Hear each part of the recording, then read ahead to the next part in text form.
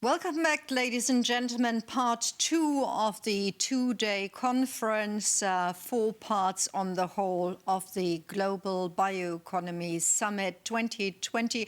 And of course, we're digital. Thank you very much for joining us. We continue to broadcast live from our pop-up studio here in the German Ministry for Education and Research. My name is Conny Schimmer, and I'll be guiding you through this afternoon, right till we can have dinner together and then even visit a couple of museums. But that is going to happen later on. Let's now go for the deep dive first.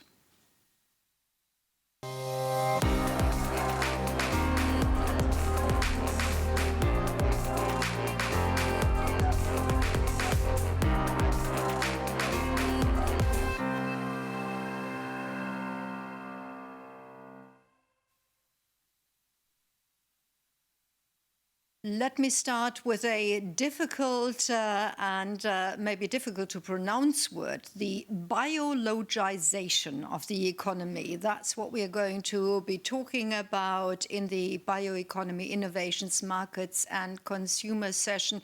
And this process is, as we saw from a couple of examples that we've already shared with you this morning, that process is well underway. Many different industries, many different businesses have embarked on strategies and product solutions building on insights given by biology, biological processes, biochemistry, and I could go on, such as new materials, new sources of food, new ways of the way industrial systems are run. So it's a big topic that we're going to be talking about. This morning, Joachim von Braun pointed out that there is a sense of urgency, that we need to rebuild not just better, but also fast. So how can we best identify drivers and how can we overcome hurdles in the minds and in practical development? How can we enhance and learn from well-functioning systems of governance, of enabling frameworks for emerging technologies and innovations and market? Let's kick off, ladies and gentlemen, with an absolute household name in the realm of sustainability. Jeffrey D. Sachs. Do I need to say more? He is not just a university professor and director of the Center of Sustainable Development at Columbia University, New York, not just the former director of the Earth Institute. He leads the UN Sustainable Development Solutions Network, having advised 3 UN General Secretaries, currently serving for Antonio Guterres as the SDG advocate. There would be much more to say. Let me just add the little aspect that, of course, he is author of many books, and the recent is The Ages of Globalization, Geography, Technology, and Institutions. So enough praise, and let's just say that we're really happy to have him on our conference, and the next 15 minutes, ladies and gentlemen, are his. Hi, I'm Jeff Sachs, university professor at Columbia University and president of the United Nations Sustainable Development Solutions Network. Thank you very much for the opportunity to join the Global Bioeconomy Summit 2020 and to offer a few thoughts. The opportunities of the bioeconomy, of course, are vast and crucial. They involve our food supply, our feed supply for animal livestock. They involve all of the biologic-based products. They involve bioenergy. We're talking about a vast and vital part of society and the economy. But it's also a very difficult and complex area because there are many constraints that must be observed simultaneously in order to have a sustainable bioeconomy. What are we after? We're after at least 4 critical constraints being honored. First is healthy diets for everybody in the world, something that is very, very far from being achieved today. We need the right kinds of foods and, of course, their affordability and accessibility for people in all parts of the world.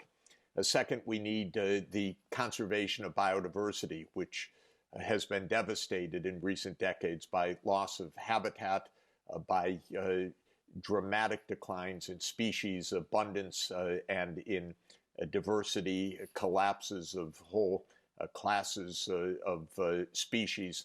We're at dire straits on biodiversity, as you know. Third, we need the bioeconomy to contribute to, not detract from, the carbon management for climate safety. The ecosphere has been releasing net carbon into the atmosphere because of deforestation and land degradation. We need to do exactly the opposite, not only to reach net zero, but to go negative, in other words, net storage of carbon in the future in order to have a viable planet. And we need a circular economy, meaning that we are looking after our waste flows, our effluents, our pollutants, our toxics, and much of the bioeconomy, sad to say, is a contributor to the unsustainability, the lack of circular economy, because of the huge inputs and often polluting inputs that are associated with land use and especially with the agricultural sector. Now, I think throughout history, the bioeconomy has often looked for one solution for one of the challenges, so whether it's the food supply or nature or carbon cycle or something else, without paying attention to the broader constraints that are faced. We jumped into many biofuels, ethanol and palm oil based biofuels that often led to either direct competition with the food supply or further encroachments on nature, further deforestation, further loss of species habitat, without understanding that we can't have biofuels that violate the needs to protect biodiversity, to protect habitat, to protect carbon storage, and so forth. We, of course, had the Green Revolution without appreciating the consequences for massive increases of inputs of chemical fertilizers, often associated with pesticides, often associated with water stress. My point is that with the bioeconomy, it's often the temptation to say, I have a solution, it's biofuel, or I have a solution, it's new crops in the following way, without recognizing the fact that we have multiple constraints that need to be observed. Diets, yes, but healthy diets. Biodiversity conservation, as I've said. Carbon storage, as I've emphasized. Pollutants and toxics associated with pesticides or use of antibiotics in livestock raising and so on, that have not respected the broader boundaries of circular economy, safe climate, conservation of biodiversity, healthfulness of the bioeconomy. So we need holistic solutions rather than single solutions. What I think is very notable is some of the lessons that we have, but we are far from a complete picture of what holistic solutions will mean place by place around the world. But we can say a few things, I think, with some high confidence.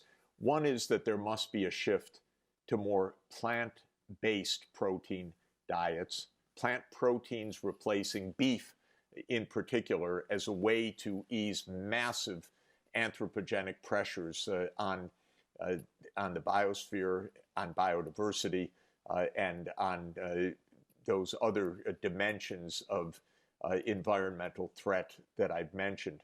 Fortunately, through both culinary changes and technological changes, we have plant-based meat substitutes or plant-based meats, as they're sometimes called, that are extremely promising.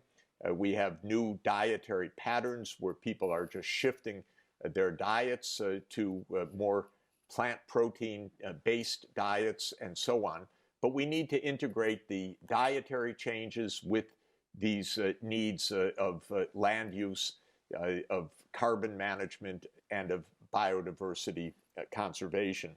Second, we are moving much more systematically to global supply chain management. Every downstream part of the food industry, for example, needs to know where its upstream supplies are coming from and that they are being produced in a sustainable manner. It is no good anymore that we have grains coming from the Amazon deforestation regions, or that we have palm oil coming from Indonesia or Malaysia through clear cutting of natural forests that are destroying the habitats of orangutans and other species that are in great danger now. So we need to have global supply chain co-responsibility of upstream and downstream producers. We need consumer awareness. We need mechanisms essentially for barcoding the global supply chain, but now technologically we can trace from origin to the food table where food is coming from to ensure that it is coming in a sustainable manner. And we can use the daily satellite mapping to see where deforestation is continuing and to link that with the particular commodity supply chains so that we can actually monitor and manage our global supply chains in the bioeconomy in a sustainable way. I think a third message that is very clear is that the space for bioenergy and biofuels is limited. This is not a mass solution because biofuels en masse compete too much with food and with other ecological needs. And we have other solutions, especially renewable energy from wind and solar, that can be placed on land that doesn't compete so directly with the food or other ecological needs. Solar can be placed in deserts that have very little competition with arable land and with other ecological needs. Similarly, wind power can be placed within farmlands with little disruption, for example. So the ecological footprint of biofuels is often much, much greater than the ecological footprint of wind and solar and other zero carbon energy. We need to be very clear about which niches of biofuel. Of course, some crop residues, some food waste products, and so forth certainly fit within a biofuel domain. But we have to be very specific that we're not going to deforest the Indonesian archipelago to get palm oil for biofuels or deplete the water of the Ogallala Reservoir in the U.S. Midwest to produce ethanol for our cars when we should be driving electric vehicles powered by ecologically sustainable wind and solar energy.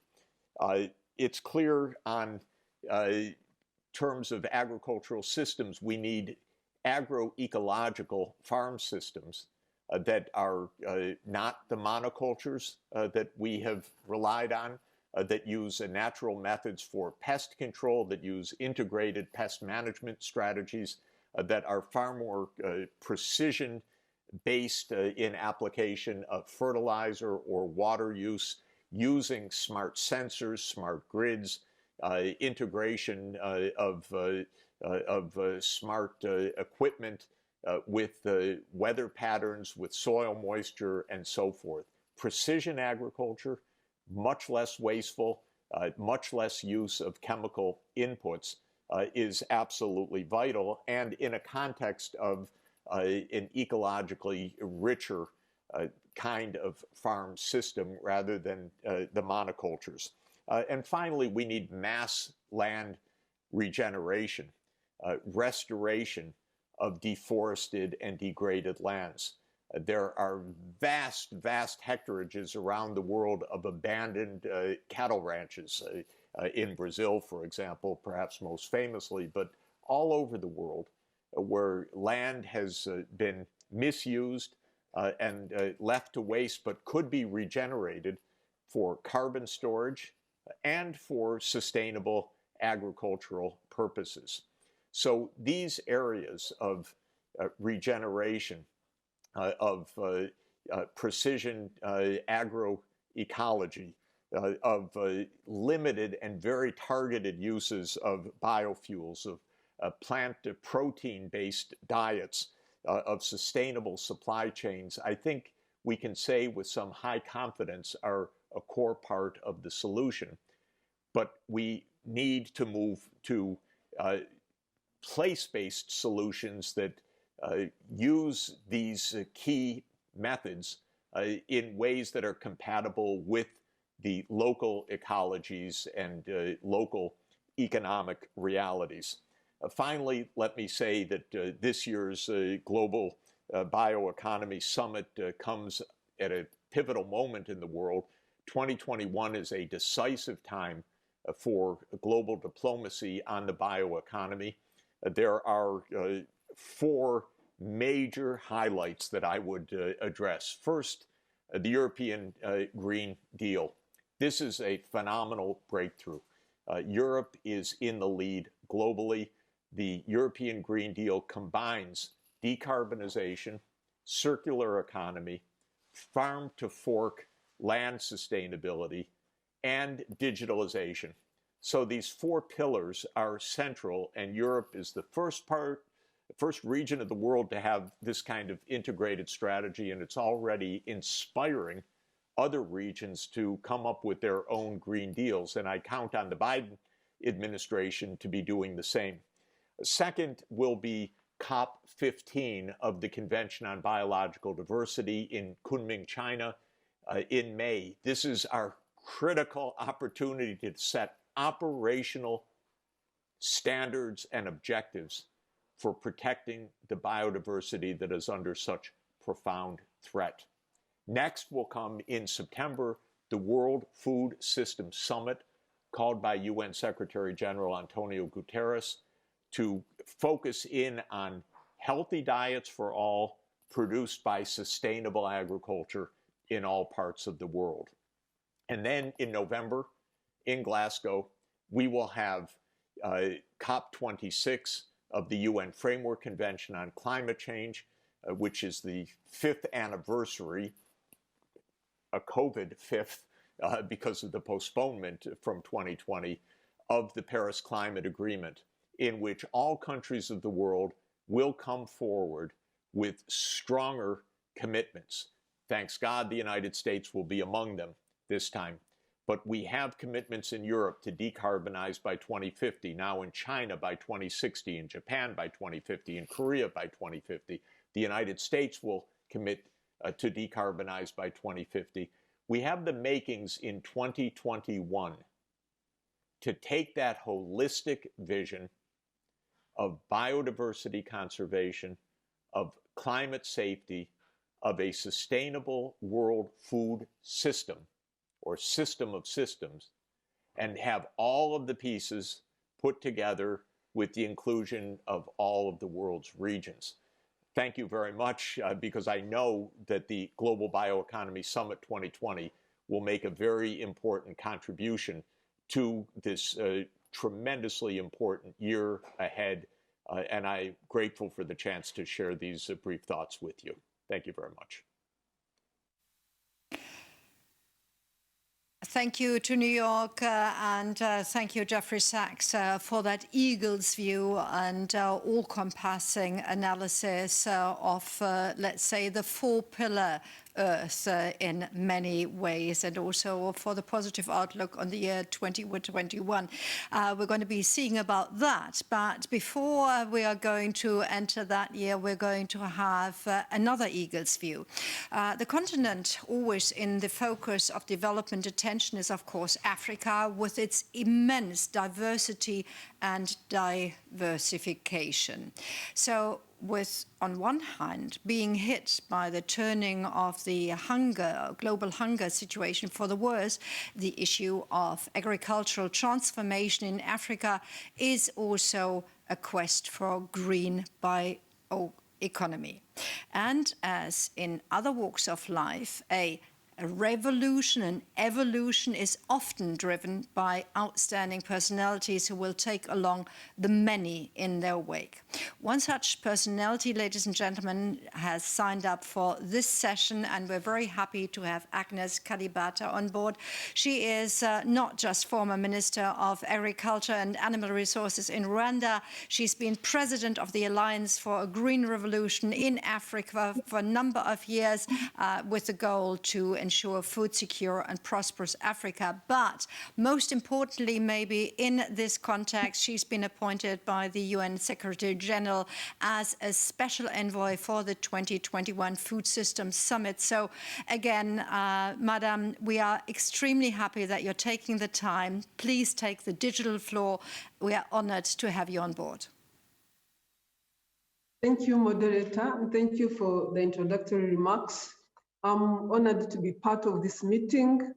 And like you said, in the context of the Food Systems Summit, I want to recognize that the Secretary General last year launched the Food Systems Summit, recognizing fully well that we have challenges of feeding ourselves as a people, but also doing it with a planet that is healthy and that continues to be healthy for the future. So in that case, then he said, why don't we come together and think through the best way to come through on what we have with regards to the decade of action, which is coming up. We now have 10 years to come through on SDGs. Which SDGs, the most critical part, some of them are related. In fact, all 17 are related to our food systems and how our food systems function, whether it's how we deal with the question of hunger, nutrition, the question of climate change, the question of biodiversity, and so many other related things. So in a nutshell, coming through on SDGs without looking at the health of our planet or the ability of our planet to sustain how we produce food and how we are impacting the planet in the process is not sustainable anymore. So we need to be strengthening our food systems as we go into the 2021 Food Systems Summit. We need to think through what strengthening our food systems means. In this context, then, we have a number of options, and we focus on 5 areas as critical to strengthening our food systems. Dealing with the issue of hunger and access to nutrition, which has an impact on our food system if it doesn't work well, has to be addressed as a primary objective. Right now, we still see a lot of environmental impact that is coming from people looking for more food. Even COVID in a way is related to what was happening from a hunger perspective. We have an opportunity to address the whole issue of consumer and consumer behavior and what happens in that environment and how it impacts our landscape and how it impacts our planet. Let me just give you an example of one of the areas in consumer behavior that is very critical for us to think through, but also while thinking through our individual roles and responsibilities. Just think through how you get an avocado on your table and the journey that avocado makes, if it is coming from Africa or from South America or wherever. The journey is one thing, but what I find extremely surprising is that avocado has to be a specific size. And that size costs so much money, costs us so much volume in terms of pesticides in some cases, and sometimes so much labor to be able to get it there. So we must think about the food we eat and what the choices we make in that food, what it means to our environment. But there's also so much waste that's associated with it that 8% of the emissions we have today are coming from food waste that happens along the value chain. So the third objective and the area we have to focus on to strengthen our food systems is going to come from reducing our emissions from agricultural production. The previous speaker was talking about some of the emissions that are happening, some of the challenges that we have around that, and we need to come to grips with that and fix that perspective. So we are calling it nature positive production, and that part has to be fixed. The fourth part looks at improving livelihoods, recognizing fully well that we have an opportunity to use our food systems and solutions being provided by our food systems to reduce impact on our environment from poor livelihoods. I mean, from an African perspective here where I live, when people don't have a job, they go to farm. And that means a number of things. We know that agriculture is number one cause of loss of biodiversity and so many other things. I will not go into those details because they've been said. The third and last, the fifth part is the idea of building resilience to shocks, recognizing fully well that climate change, even before COVID, was a major force to deal with. And that's something that we have to come into grips with and to manage if we are going to build stronger food systems going forward. So these are areas that all provide an opportunity for us to do better. These are areas that are challenging us today. The opportunity sits in the fact that we already have solutions among us, and many of those, again, were referenced by the previous speaker. From an African perspective, like you are saying, moderator, one of the things we look at from where I'm sitting, for example, I work at AGRA, and the institution I work with, we look at genetic potential and how we use genetic potential to help farmers get better yields. That does a lot and speaks very well to what you all are talking about from a bioeconomic perspective, in terms of improving incomes of farmers, in terms of improving livelihoods, but also in terms of saving the landscape and the reducing emissions in many cases. From where I'm sitting, we are seeing some real life examples here in Kenya where when farmers have better yields, they actually increase the number of area that is under other things that can contribute to reducing emissions, including saving forests. So we have good lessons from there that we can build on. So is on nutrition. On nutrition, for example, and again speaking to bioeconomy, I'm proud of the fact that beans in Rwanda, especially fortified beans, biofortified beans, are now 25% of the economy of the bean economy in Rwanda. So there's an opportunity to mix a number of things and be able to move forward with some solutions that can scale. So what I started by saying that we have the solutions among us. And the question is, what type of which are those solutions that can scale the most, that can provide the biggest opportunity for us to save our landscape? It will depend on a lot of science. It will depend on a lot of innovation. We already have those innovations, but the science bit is where we look at the potential of impacting people versus impacting the environment. And those two have to go together. And the opportunity the Food System Summit offers is that we do have a scientific group that is really looking at whatever we are proposing is not just good for people, but it's also good for the planet. And they will be looking at the trade-offs when it comes to those type of things. The previous speaker was talking about the green revolution. What does it mean today? What are the trade-offs versus our environment? Is that the path that we need to be continuing, or is there a new path that we need to be taking? Today we have good opportunities and good potential in agroecology, but the knowledge is still extremely limited. Even as we've seen good successes, even in our work in agro, the knowledge is not out there enough. The policies to take this to another level are not out there enough. So there are opportunities for us using the Food System Summit to pull that knowledge together, to ensure that the knowledge is tight because it's had the best reviews in the world, and to ensure that that knowledge can scale, and to ensure that that knowledge is anchored in policies and political frameworks that will save where we are going as a people from a food systems perspective, but also where we want our planet to be in terms of ensuring that it is available for the future of our children who we have to leave it to. So here I would like to end on the note that there are opportunities within the bioeconomy. I see them myself, especially from the work we do, that can help us deal with some of these problems. There are opportunities, there are losses that are happening from a bioeconomy perspective in terms of impacting our environment, but none of those is outside our ability to innovate. None of them is outside our ability to come together and come up with solutions that are better suited for where we are going. So I would like to conclude on a note of optimism, saying that we already have so much knowledge, we already have so many solutions among us.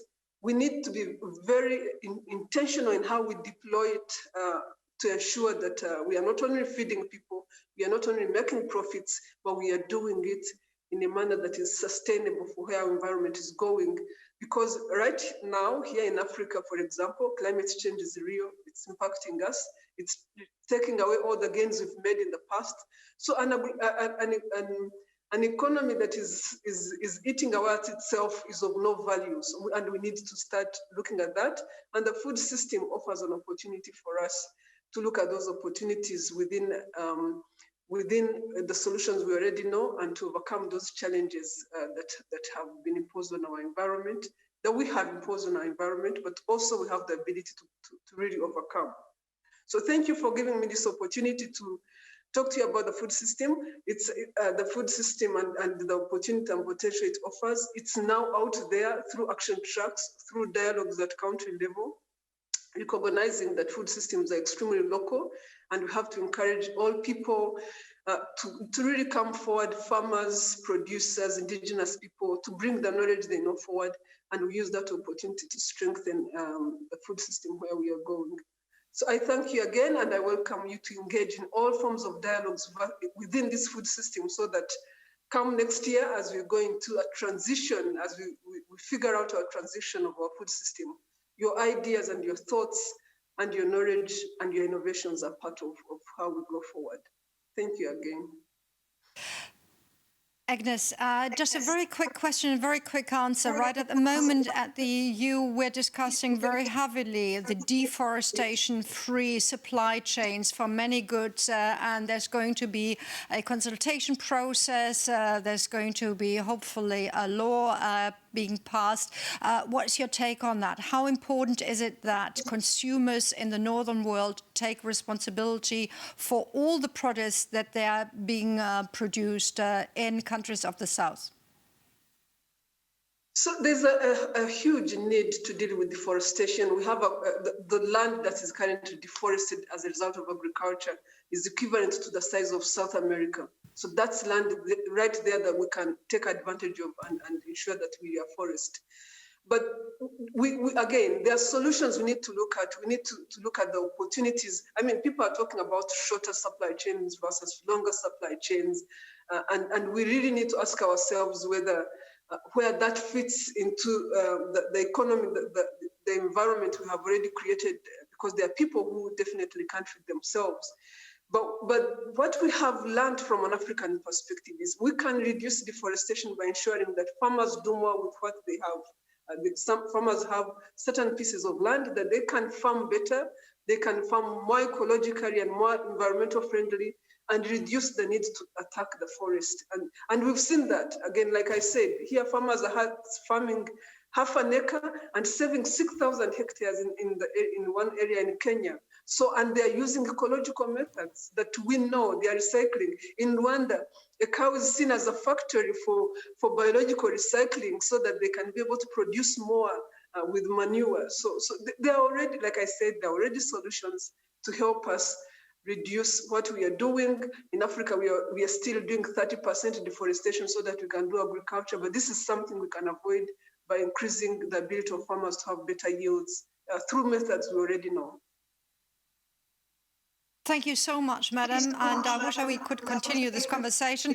I'm quite sure there are a number of questions out there on our Slido question Q&A, but they could be redirected. We now have a look at the corporate world, and when it comes to big names, apart from the globe-spanning operations like Nestle, Procter & Gamble or Unilever, Royal DSM still might have to be explained in one sentence. Royal DSM is a Dutch multinational corporation active in the field of health, nutrition and materials, as Google tells us. Markus Remmers is our next speaker. He is Chief Technology Officer there and responsible for the global science and technology portfolio. His claim to create and co-create bold new products and solutions that have tangible and positive impact. Now, you really have to tell us how you do that, Markus, and what kind of products and solutions we're looking at. Thank you very much. With big pleasure. I was going to talk about biotechnology and digitization, which would be a hint in that direction. But before I start, let's look at this quote of David Attenborough.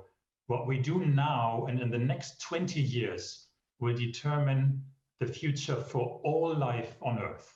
Now, that's a pretty bold statement for a great naturalist from Britain. He just published another documentary at his age of 94 years. And over his life, he's seen the collapse of biodiversity and urges us there is a window of opportunity that closes. We have to act now. It's not our children or grandchildren, it's us. And it's now. And he says we need to move beyond guilt or blame and get on with the practical tasks at hand. And in fact, if you look around us, there is a sense of urgency. 10 of the last 20 years were the warmest years on Earth. If we continue to throw plastic into the oceans at the same rate than we currently do, by 2050, we'll have more plastic floating around in the oceans than fish. And we are reducing and using about twice the size of the resources that the Earth can regenerate. And of course, we all know the Paris target of 1.5 degrees that is getting more and more difficult to achieve if we don't act now and decisively. But I'd say it's not all a threat. There is also, if you turn it around, an opportunity here. If you believe Accenture, because they say there is a 4.5 trillion with a T opportunity in the transition from our current linear to a circular opportunity. If we wean ourselves off fossil fuels, and if we stop producing, using and throwing away stuff, but more and more move into the circular economy that's been discussed before, there's so many opportunities, so many things that we can put to work and that we still have to invent to make it happen, that it adds up to a giant opportunity if we get it right. And one element that helps us along this way is clearly digitization. With this, I think we can do things better, faster, and cheaper. Better because we understand the inner workings of organisms, the black box, much better now. We can model, we can, the more we understand these things, the more we can use them to put them to work to address the challenges that I was talking about. We do things much faster in our labs now than in the past. Things that took us years, we can do in weeks now through lab automation, through the use of big data, through the use of artificial intelligence. We're experimenting with self-driving labs now, where our scientists design robots and algorithms that work with each other to optimize things, and we can put our scientists to work for the creative task to make it all happen.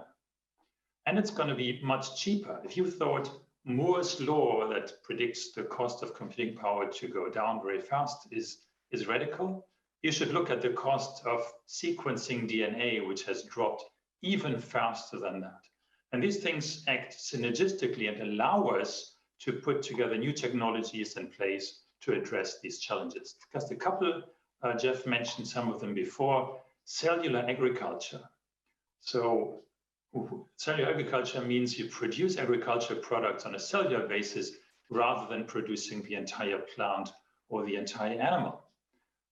Lab-based meat is a glowing hot area. There's people that produce leather products through solid-state fermentation of certain fungi.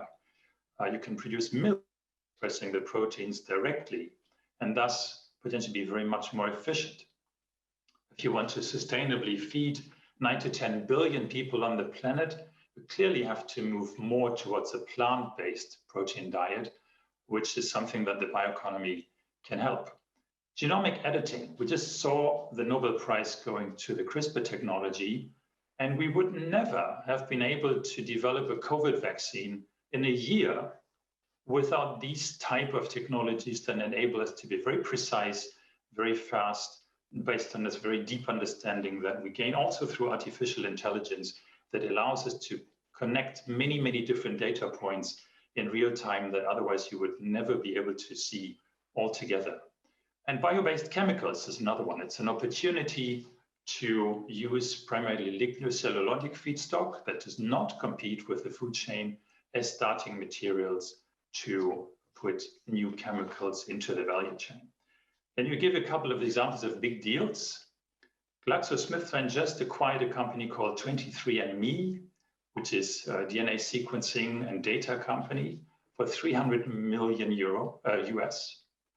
We've seen Impossible Burger, the plant-based burger that we see launched everywhere, raise 300 million essentially overnight. We've seen a company called Calista starting to work with methane or syngas as new feedstocks to produce proteins. Now, the question is, what do these three deals have in common? They are all based on companies in California. So we have to have a look a little bit at the global region, the global regions that are engaged in this, and it's really the US, Europe, and China. If you look at talent base, we have a very strong talent base in Europe, as well as in Europe, in the US, and in China. The regulatory environment is very different, though. In the US, a CRISPR-deleted organism would not be considered GMO, while in Europe it would be, which has consequences for regulation and labeling. The China regulatory environment was not very clear over time and is now beginning to a very pragmatic approach evolving in China. So differences there. And of course, if you look at the venturing world, there's a vast amounts of venture capital in the US, Europe compared to that much smaller, and China investing huge amounts of public funding into the space of biotechnology. So the European Green Deal is a huge opportunity for us to position Europe, but we have to be really smart and look at the other elements as well to create an ecosphere overall that makes it attractive for us to compete in this environment. And the thing is, we cannot do this alone. We have to put ecospheres in place and partner up to combine our strengths, because speed is of the essence, and if everybody wants to do it alone, we will never get there. A couple of examples. In DSM, we partnered with Cargill to put our strengths together for a new sweetener to fight the global obesity pandemic. We're working together with Evonik, German company, to produce omega-3 acids from omega-3 fatty acids based on algae, because 1 kilo of these omega-3 fatty acids saves 60 kilo of wild fish caught to produce farmed salmon. Another huge contribution for sustainability, but we couldn't do this alone. But it's not only industry, it's also industry combining with academia. We're opening up our site in Delft, for example, as an ecosphere to invite startup companies that bring a different drive, a different way of thinking, a different speed, a different agility to combine the elements that DSM has. And together, we can do things that none of us could do alone. And there's also academia. So there's institutes where we engage in artificial intelligence to leverage the insights that academia has from a deep basis together with the applications that are relevant to translate this knowledge and monetize it into very efficient ways. So if there's anything I'd say that we've learned in 2020 from COVID, that in a crisis setting, we can do things much faster than we've ever done before. And it's this harvesting of never waste a good crisis to learn from what has happened here that we can put these things together in fast ways and continue to address the challenges that it's mentioned. In DSM, we haven't waited for regulators to tell us what to do. We're spirited about our contribution to sustainability, and we're proud to be recognized by Forbes as a company that changes the world. But again, we don't feel we can or we should or we want to do this alone. So my message for everyone today is, let's work together across the sectors in industry and take the lead to develop these new sustainable solutions that the world needs. Thank you very much. Thank you so much, Marcus. And next time round, we're going to go into some of the products that you surely co-created. But it was fascinating to have the Eagle's view on the systems. And I'm quite sure that one of the issues we talked about this morning, this sense of urgency, has not only arrived, but thank you very much for sharing your optimism that the sense of urgency is being matched by the sense of speed, or by the reality of speed in developing new and sustainable solutions. So thanks very much, Marcus. Sure. Now we'll turn to one of the aspects that Marcus had actually mentioned, the new food, or should we say old food with new ideas and ingredients. While the first artificially produced burger was as expensive as a medium-sized car, now major food chains embark on the new normal of meat substitute burgers and are hoping for a good business. So things are changing, ladies and gentlemen. But of course, when we look at Japan, burger is not what comes to mind first. Hiroyuki Kojima is Chief Innovation Officer at Ajinomoto Company, Food and Biotechnology Corporation. And he is going to take us on a journey, hopefully a little bit tasty, of how to answer today's challenges for foodstuffs, for ingredients, for everything that is in that value chain. So, Kojima-san, please take us along your journey. Thank you very much, Connie, for kind introduction, and also for organizers for inviting me to talk today. I am Hiroyuki Kojima of Ajinomoto Company. It is a great honor for me and also for Ajinomoto Company to talk about the fermentation industry and our contribution to the environment. Our group produces over 1 million tons of amino acids by fermentation for a variety of use. The Ajinomoto Group started commercialization of amino acid-based umami seasoning, Ajinomoto, in 1908 and have been producing amino acid from agricultural crops as raw material by microbial viral fermentation for approximately 60 years. The Ajinomoto Group also have tried to use almost all the nutrient-rich byproduct of amino acid production process. We have implemented almost zero emission amino acid fermentation process, so-called biocycle, as shown in this slide, and here into the fermentation plant around the world to secure stable production process in both raw material supply and to minimize environmental burden. We have also researched for and found various benefits of amino acid, nutrition, improvement, taste improving effect, and contribution to health. We are aiming to expand amino acid usage. Currently, the global amino acid market size is estimated to reach over $20 million and still growing. Amino acid industry has grown to become an important part of bioeconomy. Feed-use amino acids have also grown significantly and the contribution to the bioeconomy. I'll show you the impact of feed-use amino acids to the environment in addition to nutrient improvement. About the feed for animals, essential amino acids shown should be supplied as crude protein derived from various kinds of crops. Corn and wheat are relatively cheaper than soybean. However, corn or wheat contains less amount of some essential amino acids. The limiting amino acids are usually lysine, threonine, and tryptophan.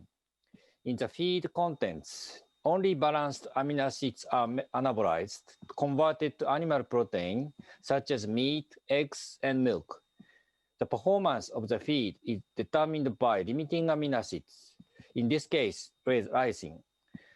This diagram is known as the barrel theory, originally proposed by the German scientist Justus von Liebig in the study of fertilizer. Amino acid above this line, amino acid this line, can you see this line? Yes. This line above are metabolized to create energy.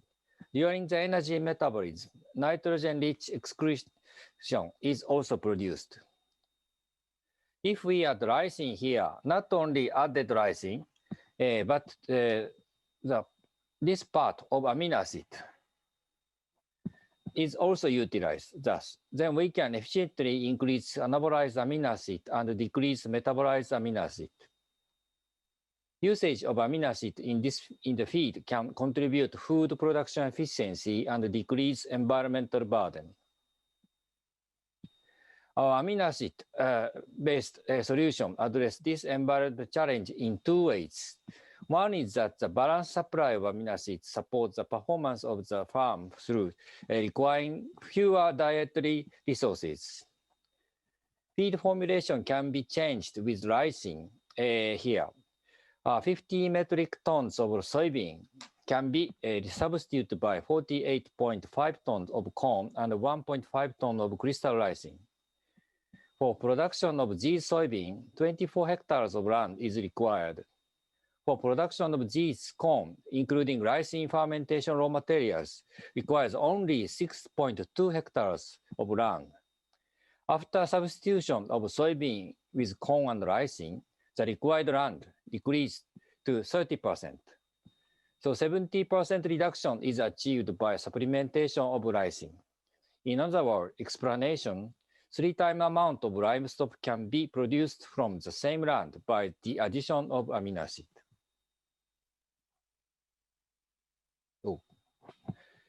The second way is that the incorporation of feed-used amino acid in swine feed make it possible to reduce feed protein level and the associated nitrogen excretion.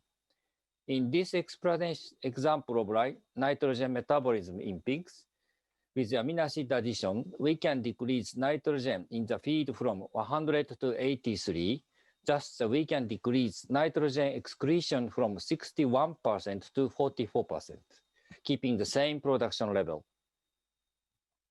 During the metabolism, nitrogen is excreted in manure as ammonia, nitrate, and nitrous oxide, N2O, to cause environmental pollution and also global warming. As I have shown so far, usage of feed-used amino acids lead to reduce nitrogen intake in pig and reduce nitrogen excretion through better nitrogen efficiency. Reducing feed food protein and using feed amino acid is the main measure to reduce nitrogen impact of pig farming and bring positive contribution to different life cycle stage of animal production. In amino acid production, of the original group has been developed efficient resource-saving fermentation technology that reduce main raw materials and energy used to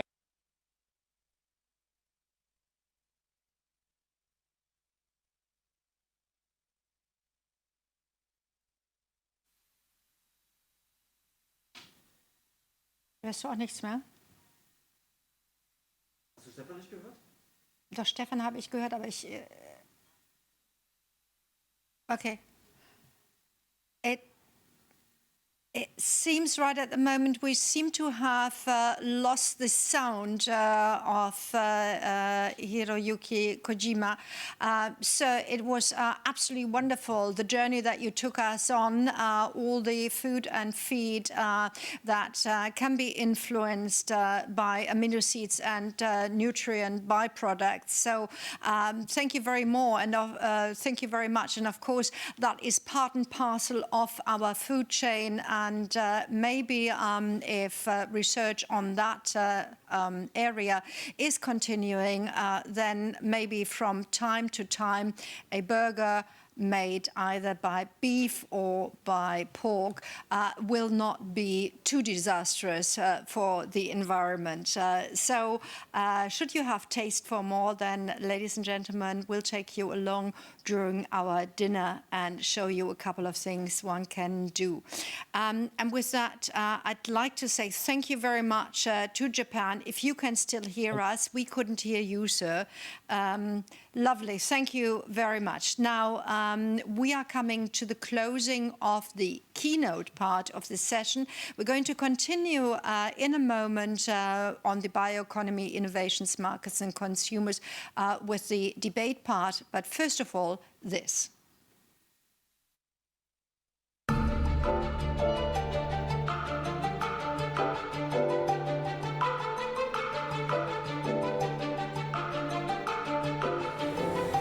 L'objectif du projet Optisochem, c'est de convertir la paille, qui est un résidu agricole, en une variété de produits qui viennent se substituer aux dérivés de la pétrochimie.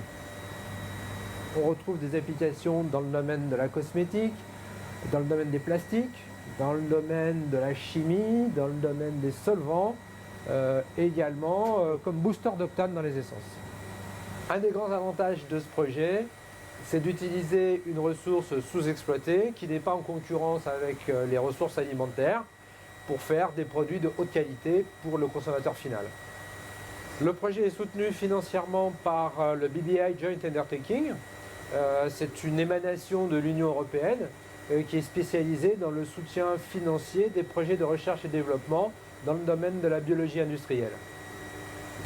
Le projet est organisé en 3 étapes. La première étape, c'est l'extraction des sucres industriels de la paille. C'est la société Clariant qui a développé une technologie qui s'appelle Sun Liquid, qui extrait ces sucres industriels de la paille. Clariant dispose d'une usine de démonstration située à Straubing en Bavière, et c'est là que les lots de sucre industriel sont produits pour le projet. The straw is milled. And after this milling process, we have a thermal pretreatment.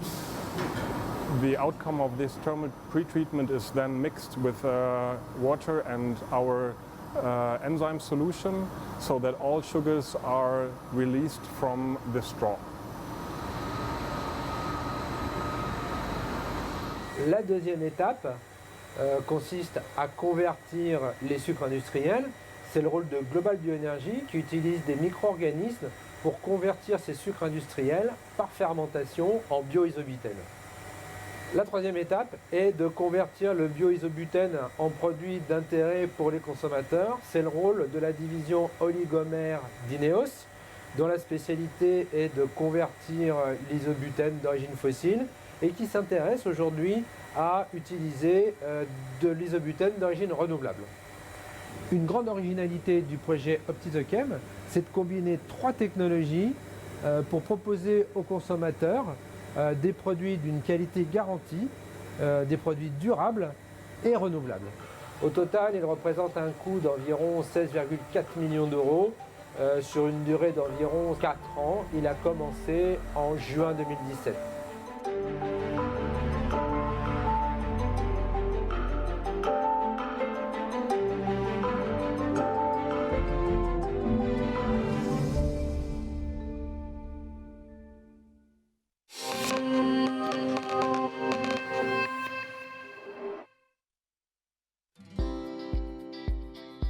To preserve the planet for future generations, we as a society must act more sustainably. Replacing fossil materials with renewable resources is one way to reduce CO2 emissions. But more needs to be done across sectors to mitigate climate change. Let us take furniture as an example. We can make it more sustainable by innovation. Most of our furniture is made with wood-based panels. Did you know they are not only made of wood, but also need to be glued and coated? For a typical wood-based panel, wood is shredded into chips, then sprayed with glue to hold the chips together and hot pressed. Those boards contain around 10% glue to give it strength. The glue is what the Suspine project is all about. Currently, The glue, also called a binder composition or an adhesive, is made of fossil materials because today there are no good alternatives. Suspine gathers scientists, small and large industry from several European countries. They are working together to develop a new alternative bio-binder for particle boards and fiber boards that will be able to compete with existing non-renewable materials. Suspine partners use crops such as wheat, maize, or surplus plant oils and fat to convert them into a bio-based binder chemical composition. The outcome is a more bio-based adhesive that we get from surplus of green feedstock from European biorefineries. Our sustainable binder will make wooden boards greener. Thanks to the bio-binder composition, the new boards will also be stronger, more moist resistant, and will set up even higher standards in the market. It will also improve the air we breathe in our houses and offices. It will have a reduced carbon footprint and make our environment and life on our planet much healthier. Be sure to visit Suspine online, subscribe to our newsletter, and follow the project on Twitter and LinkedIn. This project received funding from the Bio-Based Industries Joint Undertaking. The JU receives support from the European Union's Horizon 2020 Research and Innovation Programme and the Bio-Based Industries Consortium.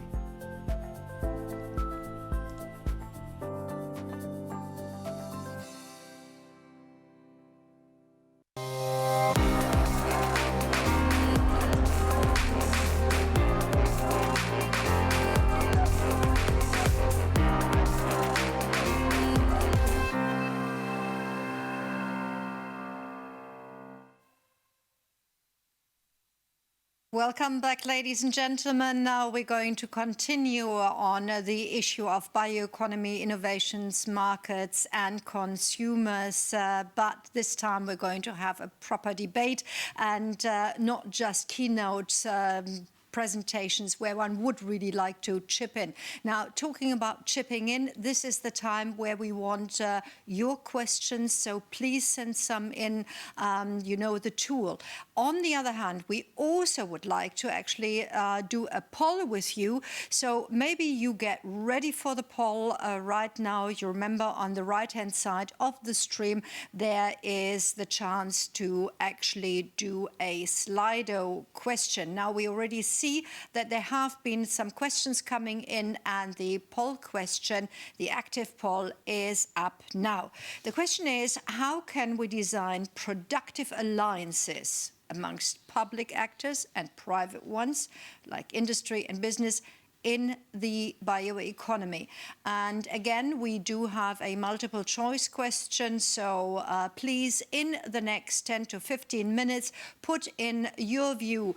Is it by leveling the playing field for bio-based businesses, for example, removing subsidies for non-sustainable production, or is it by long-term political commitment for public and private bioeconomy investment, or last but not least, by sharing opportunities and risks of investments in public-private partnerships? And I have, meanwhile, a fantastic lineup of experts that are already going to be introduced by me, and then we're going to do a first round of questions why you continue doing the poll. So Luis Fresco, Klaus Pellinger, Virgilio Viana, Daniel Dominguez and Lucia Reich are already there, and I'm going to go a little bit more in depth into your bios as I throw the questions to you, but this is sort of still superficially.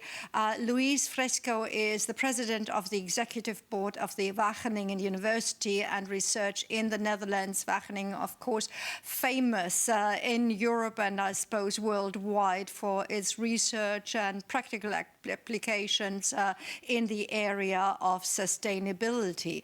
Klaus Pellinger is director at Novozymes and general manager of Novozymes Berlin.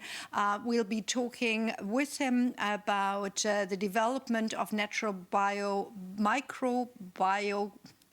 I'm going to start again. We're going to talk to him about the development of natural microbial solutions, that is enzymes and strains.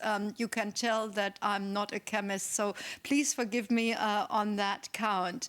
Virgilio Mauricio Viana is the Director General of the Sustainable Amazon Foundation, which works in the development and implementation of sustainable development solutions in almost 600 communities in many states in Brazil, and right at the moment, maybe not the easiest job. We're going to talk about a couple of aspects from your point of view as well. Daniel Dominguez is co-founder and Strategic Alliances Director of All Biotech, a non-profit organization aiming to foster the adoption and development of biotechnology and bioeconomy in Latin America through, and this is important, education and entrepreneurship. There are many more things I could say about you. And the last person I would like to introduce is actually by mentioning one word. If you've ever heard the word nudging, then you should know that you have a connection already with Professor Lucia Reich. She is one of Europe's leading academic experts in the area of nudging, being one of the foremost professor of intercultural consumer research and behavior public policy, Copenhagen University Business School. She's been in many organizations here in Germany, and funnily enough, the term nudging has been more applied in London and the UK, but I'm very sure that behind the scenes we all need a little bit of nudging to go into the right direction, to make the right choices. Now, let's do our first round, and let's kick off with Louise.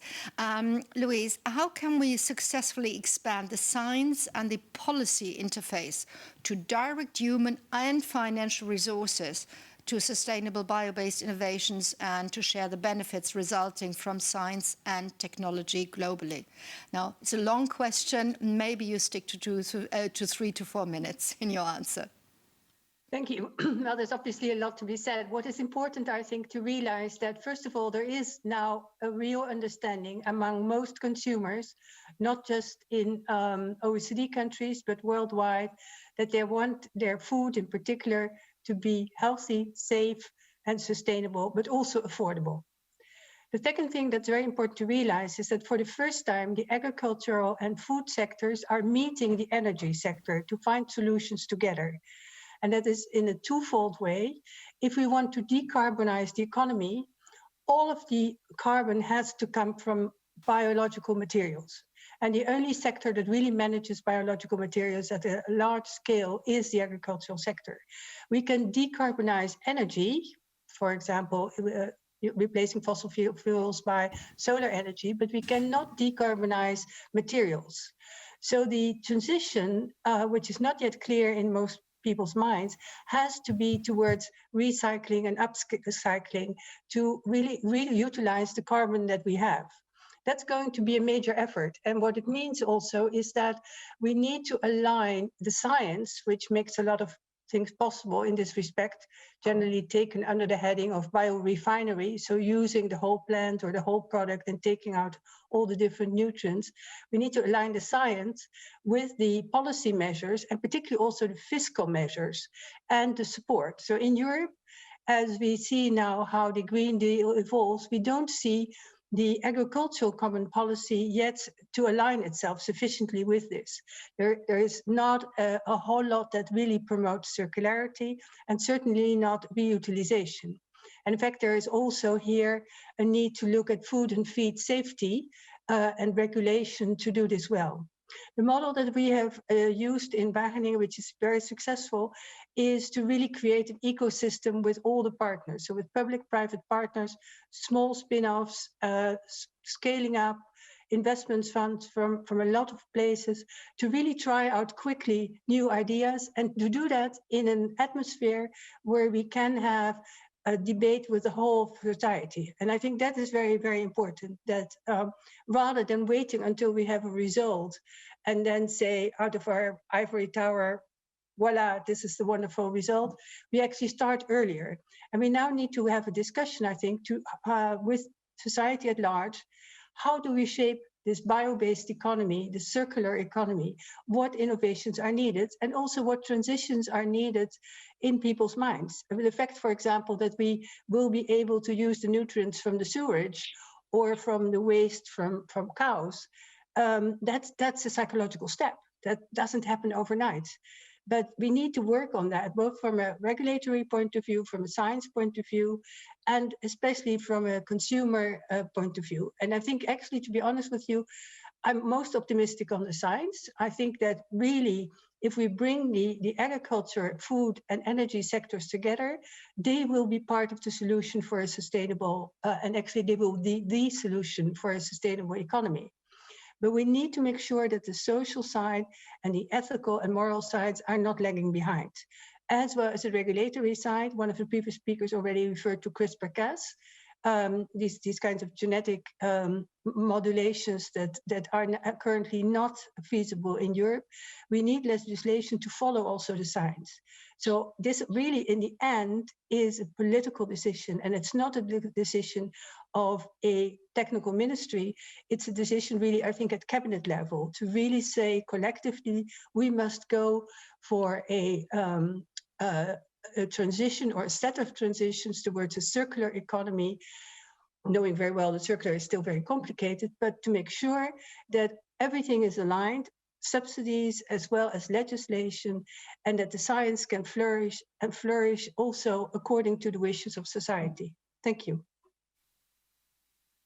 Thank you so much. Well, some argue actually that it's not so much a question of science, I'm sorry, not so much a question of finance, that's necessary too, but that the structures are in place and that the mindsets are in place, and maybe we go a bit deeper in the second round. So I would like to address Daniel. Daniel, I mean, you've done a hell of a lot of work in Latin America, and you go through, talk about education, entrepreneurship, so something that we've just heard. But where do you actually see that new business models and markets are already driving the sustainable bioeconomy? Thank you, and good morning, evening, or afternoon to everyone. Morning. Morning for you. Yeah, morning for me here in Mexico City. So yeah, actually we had this workshop this week during the GBS about how business models and how startups are transforming bioeconomy. And I think it is a cycle, because not just new business models are driving the transition to a sustainable bioeconomy, but also the bioeconomy revolution itself is helping to transform all these new business models, and especially guided what you said and what Luis said, by science, technology, and innovation. Right now, we're seeing how consumers are making this transition to a more sustainable and responsible consumption mode. So this is forcing both multinational and startups companies to adapt and align their business models to this whole new wave of consumer trends and behaviors. And I think this mutual evolution will guide us to more sustainable and innovative markets in the short term.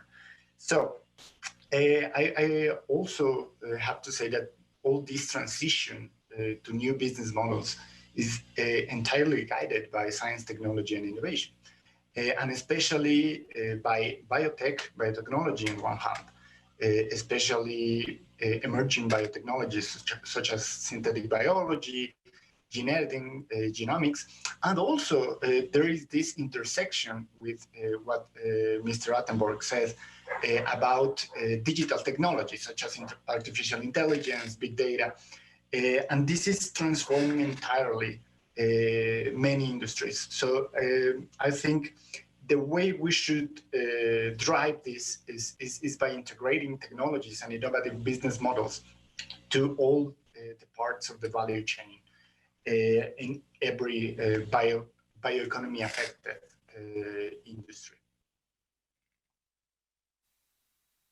Thank you so much. I was just looking at our next speaker, and he could have actually walked over had we had early planning, because he's sort of based in Berlin. Klaus, when we look at the change that is going on, how do you actually incorporate sustainability models on one side, and how do you, for example, within the framework of the EU and globally, actually expand, drive them forward? Where would you say are the gaps that maybe we here in Europe have to overcome in order to have that level playing field, especially in the area of sustainable and bioeconomic, probably better products? Yes, thanks a lot, Connie, for this very interesting questions. So I think the first question, business models, sustainability, how to successfully incorporate them.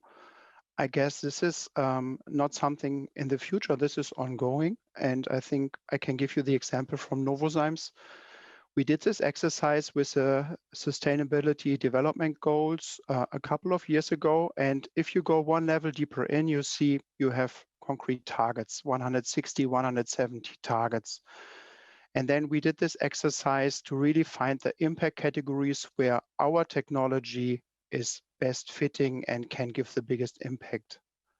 And then that was translated into actions and also into quantifiable and operational categories for our business. So I think that is not a future thing, that is ongoing. And what we think is sustainability is a key business driver already for us with biological solution, being it enzymes or being it microbes.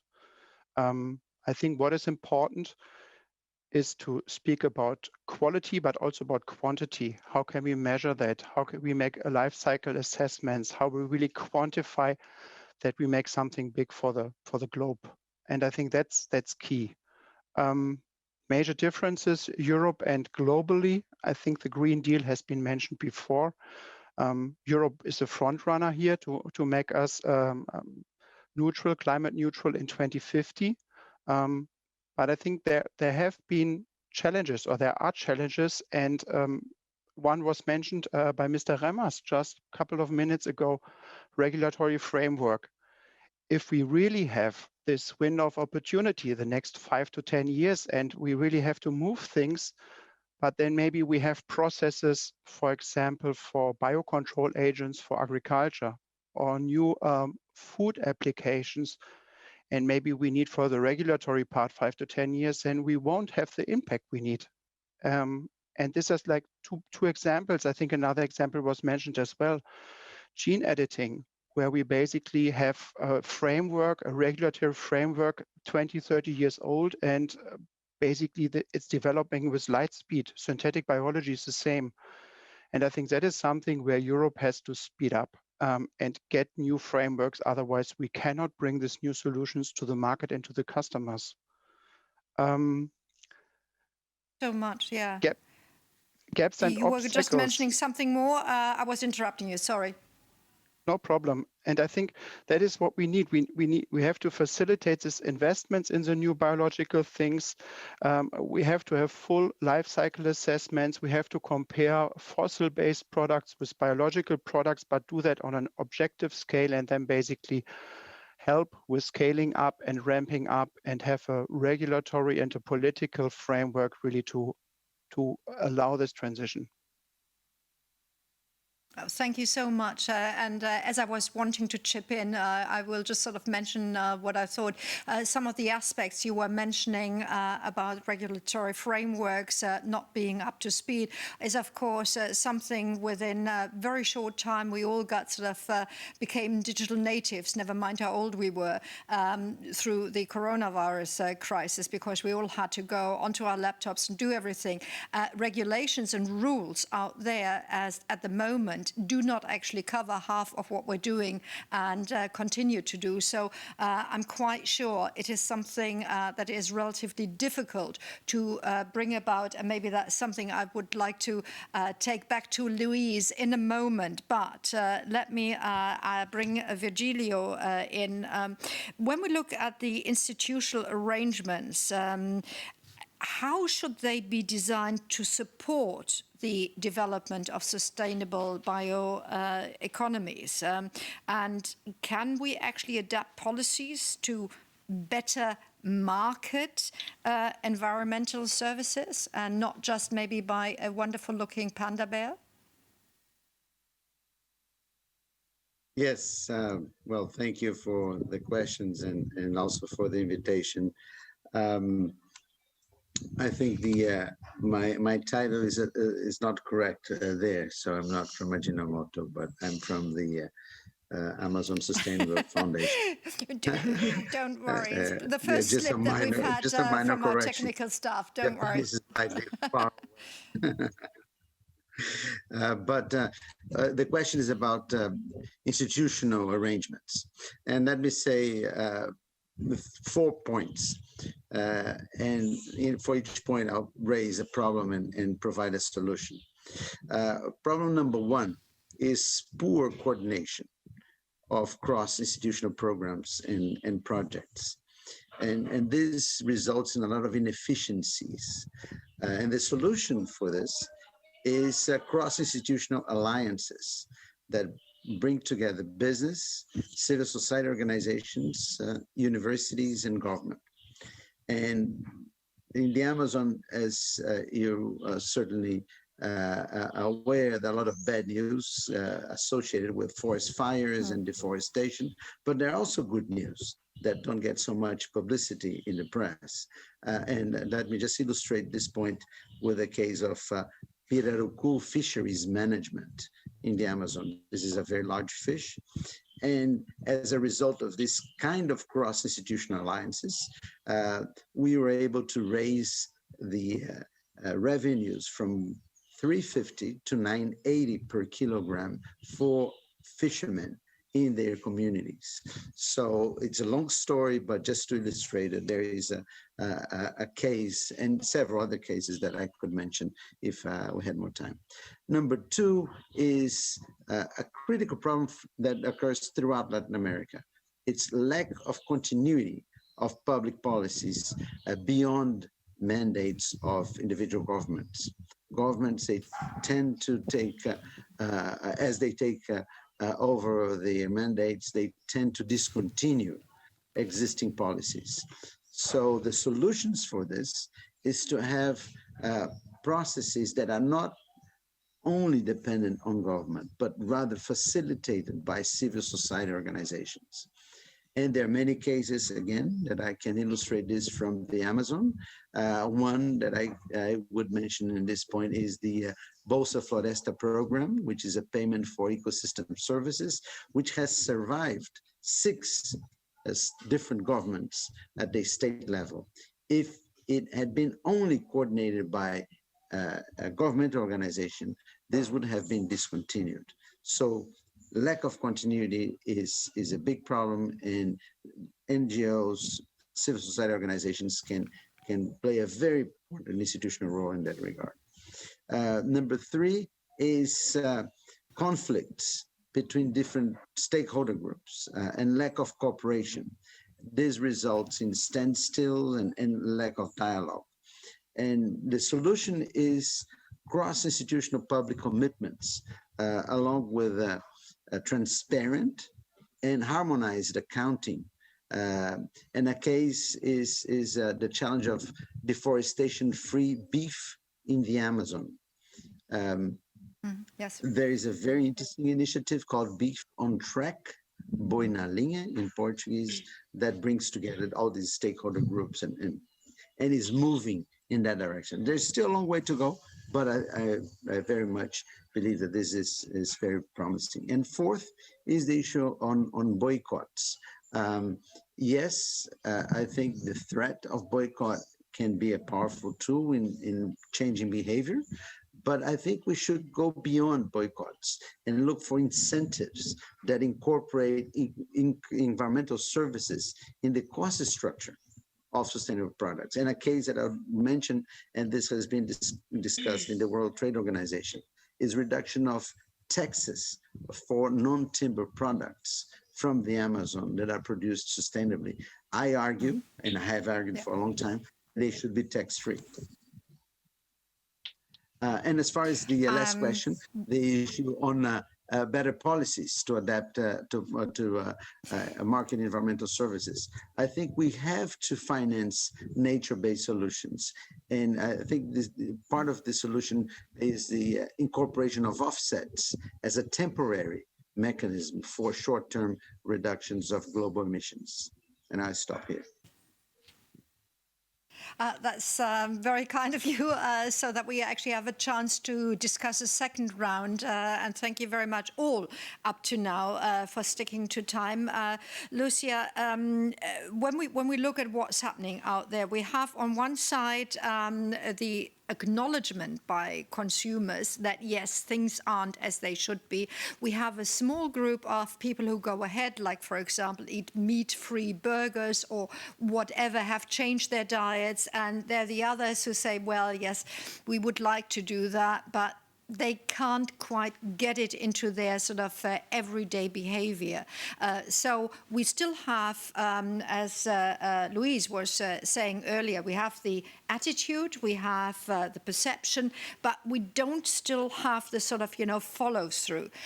What can we do about that with consumers, and how can we come to solutions in the sense of a sustainable bioeconomy? Yes, thanks, and thanks for having me. I think, there's several ways for consumers who can actually, consume more sustainably, and we need all of them, but they come with difficult levels of, challenges or difficulties, because some are very much against our habits, some are against our norms, some are complicated, they have hassle factored in, etc. So when we look at what consumers can actually do, it's basically three things. So it's, being more efficient, so doing more, getting more consumption value out of less, which is more efficient products with produced with better processes, but also stuff like sharing and pooling. Then they can also opt for more sufficient consumption styles, which basically means using less, less material, but also less energy or even fewer products. And the third is consistency, which basically means different new products, both material loops. So everything that we discuss with circular economy, or also the bioeconomy, cradle to cradle.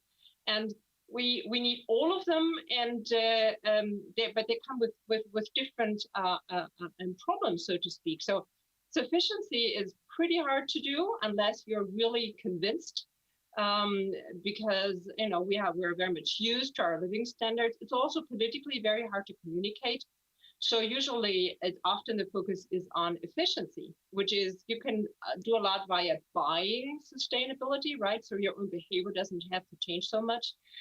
The problem with efficiency is that there's unintended side effects, mainly so-called rebound effects. So, easily compensate what you saved with a more efficient product by using more, or more people use it. We have the global middle class who also wants to participate. And then, so that's the nice thing about consistency, about changing the material flow, going circular, zero waste. That has a lot of potential, because basically, sustainable consumption or unsustainable consumption has a lot to do with scale. So it's largely a question of scale.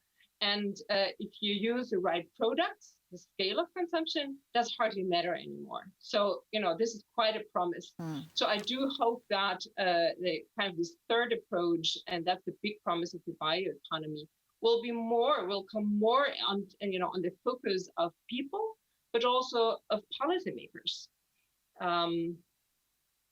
So sticking with the policymakers, what can they actually do to promote that? We have heard a lot already today about information and education. Yes, of course.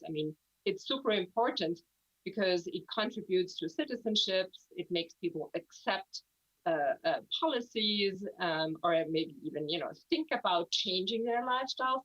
But I'm a consumer researcher by training, so the unhappy news is that it won't change behavior, except for a very, very small group of people. So what else do we have? We have regulation and laws. Yes, I mean, I'm convinced that a few consumption options should simply be forbidden. I mean, we're now talking about, fossil fuel cars will be forbidden in more and more countries by 2030. Or we have the new EU waste directive that brings great advances, and these are mostly, regulation, things people are allowed to do or not allowed to do. And the interesting thing is that people usually adjust very quickly. That's a finding that we have. Then we have, of course, financial incentives. We just talked about it in offsetting, or about internalization of external costs, the second price tag. Yes, I mean, tax cuts usually work, for instance, or VAT reductions for planetary healthy food. Those things work and should be part of the policy toolbox. It's important always to to test, do those policies work? I think that's a very important part. Empirically test, do some small pilot test, and then only roll out, right? And then lately, Lucia? Yes. One more sentence? It would be lovely if you came to an end so that we can actually do a second round. Okay, fine here. Thank you so much. Ask a professor one question and they can actually expand and will give you the whole picture. So thank you very much for that. Let's go back to you, Louise. You were talking about EU policy, and I would like to have you touch upon two aspects, but a little bit more briefly. How do we actually align so that let's say the Green Deal ideal is not counterbalanced by, let's say, the agricultural policy? Now, we have a couple of commissioners actually saying the decisions that were made last month cannot stand as they are. It needs to be aligned. It needs to be in line, and farm to fork is more important than CAP. But how do you actually get old thinking and new thinking aligned? And the second tier is, do we have the right thinkers and doers and university centers to promote that new thinking? Well, usually politicians don't like to listen to scientists very much, even when they are virologists. So we'll see. But the problem with all this is realism and evidence-based. And the Green Deal contains a number of things that are not necessarily easy to implement or even logical from a scientific point of view. For example, as usual, there are all kinds of trade-offs. So if you say, for example, that a large percentage of food produced must be organic, that means by definition that we have to compromise on yields. It means also that we may need to have a larger area of production. And that goes against the grain of some ideas on biodiversity. The agriculture policy, of course, still has as its core income support to farmers. It doesn't look at all at the whole food chain. So that is a really important dimension of it. And that's, of course, because it is thought up in the agricultural sector. Hence, what I've been saying before, and also many times at European level, unless you get the entire food chain as one area of policy, you will not pull this off. You won't, because you're working on a fragmented basis. I think it would be very important for this conference, for example, to say at the European level, at least, try to integrate both the Green Deal and the agriculture policy, but do it in a realistic way. It is not true that all the new thinking is by definition more enlightened. One very important thing that I want to say for our colleagues outside Europe is that if we want to produce more locally, which is in the farm to fork new Green Deal, we're actually taking income generating activities away from farmers elsewhere in the world. And that is a serious implication that I think nobody had thought really through. So we need to really combine the two, but in a smart way and in an innovative way. And that's not happening neither in the Green Deal. I still find the Green Deal quite old-fashioned. And I find the agriculture policy also far too old-fashioned. Can scientists have more of an impact? To some extent. I think that one of the real problems today is that we have very few people with a scientific background in decision-making in politics, whether it's the European Parliament, whether it's at government levels and so on. And few people are able, and that's not necessarily only because scientists can do that better, are able to think across disciplines. And we need two things. We need interdisciplinary thinking, and we need really a sort of evidence-based thinking. And both are sorely lacking in many, many ways. Thank you so much. Daniel, in that new thinking, there's a word that has sort of cropped up in the last couple of decades already, and it's called entrepreneurship. Nowadays, it's even that you look at university and you look at university students and say, do they have an entrepreneurship kind of thinking? And therefore, can they be sort of sought out for certain programs, finance, etc., pp.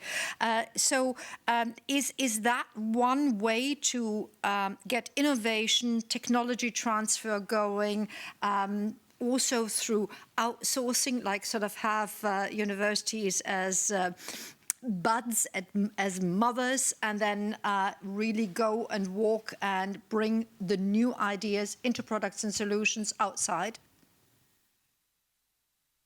Yeah, definitely. Well, let's be clear. I think startups are the main source of innovation for this bioeconomy revolution.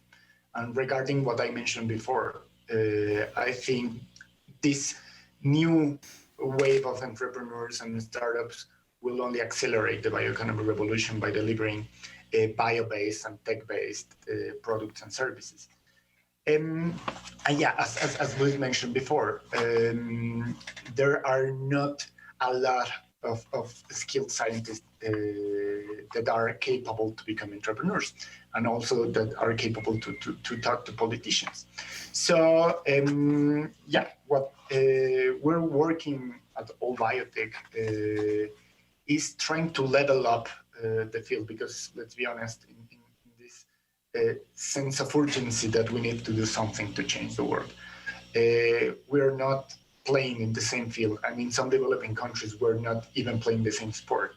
So here in Latin America, we have faced several challenges that need to be addressed right now in order to promote entrepreneurship, because we think that entrepreneurs and startups are going to be the main driver for change by creating not just new products and services, new business models, but also they will be the main source of new employees and new jobs for the new generation of scientists. So what we're trying to do is to work in two different ways. First of all, in education, we need to create new models for education and technology transfer to allow science and technology inventions to go from the laboratory to the market. Because there is, in the market is where science will have a real impact in daily lives. And well, we're trying to create these new opportunities for everybody here in Latin America and in other developing countries to develop a new generation of scientists that are capable, especially to go outside the lab and talk, interact with politicians, participate in the formulation of public policies, and also communicate the benefits of science to the public. And on the other hand, we're working in entrepreneurship, trying to promote more scientists to become entrepreneurs. That is not an easy task. And we have a lot of examples that how can we make this transition from science to startups. There are a lot of examples, and I think my friend Ipshira Mango will be presenting about this tomorrow. Okay. Well, thank you very much at this point. And let me remind you that the answers need to be short and snappy, which is why I asked Lucia. Apart from the question that we sort of discussed beforehand, we do have a question that recently came in, and I think that pertains to our level of discussion. We were talking about university, we were talking about frameworks, we're talking about legislative systems that can hinder or help. And there is a question saying, I wonder if the topic of bioeconomy has really arrived on the level of the man or the woman in the street, or if it's just a discussion amongst, let's say, the elite. What is your take on that? Yeah, that's an excellent question. And I mean, what I know empirically about it there are several polls and surveys, like Eurobarometer surveys, and this is indeed what it shows. It shows that there is very little knowledge about it. So that means, as regards what it is, what it can do, there's a lot to do. And we also know that beyond like affordability, accessibility, or availability, acceptance of new technologies is absolutely key. Without public acceptance, the best products, the best processes, and the best technologies will not fly. So a lot to do there. Thank you very much also for the brevity of your answer. So maybe I'd like to have Mr. Pellinger chip in very quickly, because one of the questions that also came in was about the certainty for markets, for example, for bio-based products. Of course, a company needs to engage in a certain amount of risk, and you are not the brand to the people, but you're the brand to others who are making use of your basic products, and then your suppliers. So you might not have the problem that we have in accepting certain issues. But are you suffering really worldwide from a non-level playing field? I think coming back to the question Lucia just answered, for me it is also important that we speak about products, that we maybe have not this abstract level of bio-based, but that we come with new products. And I'm pretty optimistic when we have these new products. We see that for plant-based meat alternatives these days, they are hyped. People like that a lot. So that is one takeaway, and I've learned that also during discussions with a lot of startups here in Berlin. They speak about products, they speak about benefits for the world, for the consumers, ethics, taste, and they don't speak about this abstract bio-based. It is bio-based, it is maybe even gene edited, but they speak about products. And I think that brings me to my point, playing field, what has to be done. I learned this morning from Tofi Johannesson, a farm boy like me, test, try, implement. I think bring it in real life, test it. And I learned from Lucia now, pilots, testing. And I think then there's a key point we see here in Germany, this is scaling, really bridge a gap from the startups Daniel just mentioned to real life, to testing, to real products on the market. And I think for that one, we have a regulatory, bio-based first. We need a new framework. We can't go the way it's done for the fossil-based products. We had that already. I'm not worried about science. I think the science is super cool, but just to get it in the supermarkets or to the consumers, I think this is a big gap, not the science, especially not here in Germany. Finance, what makes it attractive to finance into that one? Can we have public-private partnerships to have this maturation and scale up established? And I think that are the points. Science is no problem for me. On the other side, consumers are very interested when they see the products. And I think this gap in between regulatory, financing, scaling up, I think that is core. expectation management. We still have the poll results, so I would like to introduce them in a moment. Meanwhile, Virgilio has a carte blanche. So building up on your 4 pillars that you mentioned earlier, just very quickly, where is the low-hanging fruit? Where can we get traction first and fastest? In a minute. Well, I would say that it's having a systems approach. We cannot see the challenge of bioeconomy simply as a technological challenge, but rather we need to have an understanding that, especially in developing countries, we have to look at gender issues. We have to look at native biodiversity management as a complementary to conventional agriculture based on exotic species and monocultures. So I think that's where we can move fastest and in a more coherent way with all the SDGs that we need to keep in mind. Thank you so much. And let's have a quick look at what our audience said they thought were the best solutions. So we're talking still about productive alliances, and the majority, or almost half, were actually talking about leveling the playing field for bio-based businesses. I think that was slightly mirrored in our discussion up to now, and long-term political commitment and sharing opportunities and risks almost one-on-one. So a very quick response from you, maybe just nodding. And right at the moment, could you just lift your hands, whoever wants to go first? Okay, in this case, I appoint Daniel. No hands, Daniel. Sure. Well, just as a final message, I think during this pandemic, we've learned that we need international cooperation. And right now, more than ever, we need science, technology, biotechnology, biosciences. We've learned that without biotechnology, without bioeconomy, we have no future. So this will be my conclusion here. Lovely. Thank you very much, Klaus. That must be sort of wind on your windmills. Absolutely. Not too much to add to this, Paul. And I think it's important that things are competitive, new products are competitive, but they need a chance to scale up and to reach a market. And there it has to be a fair competition, and a fair competition with fossil-based products. And I think that's exactly what I see as well. I like this, Paul.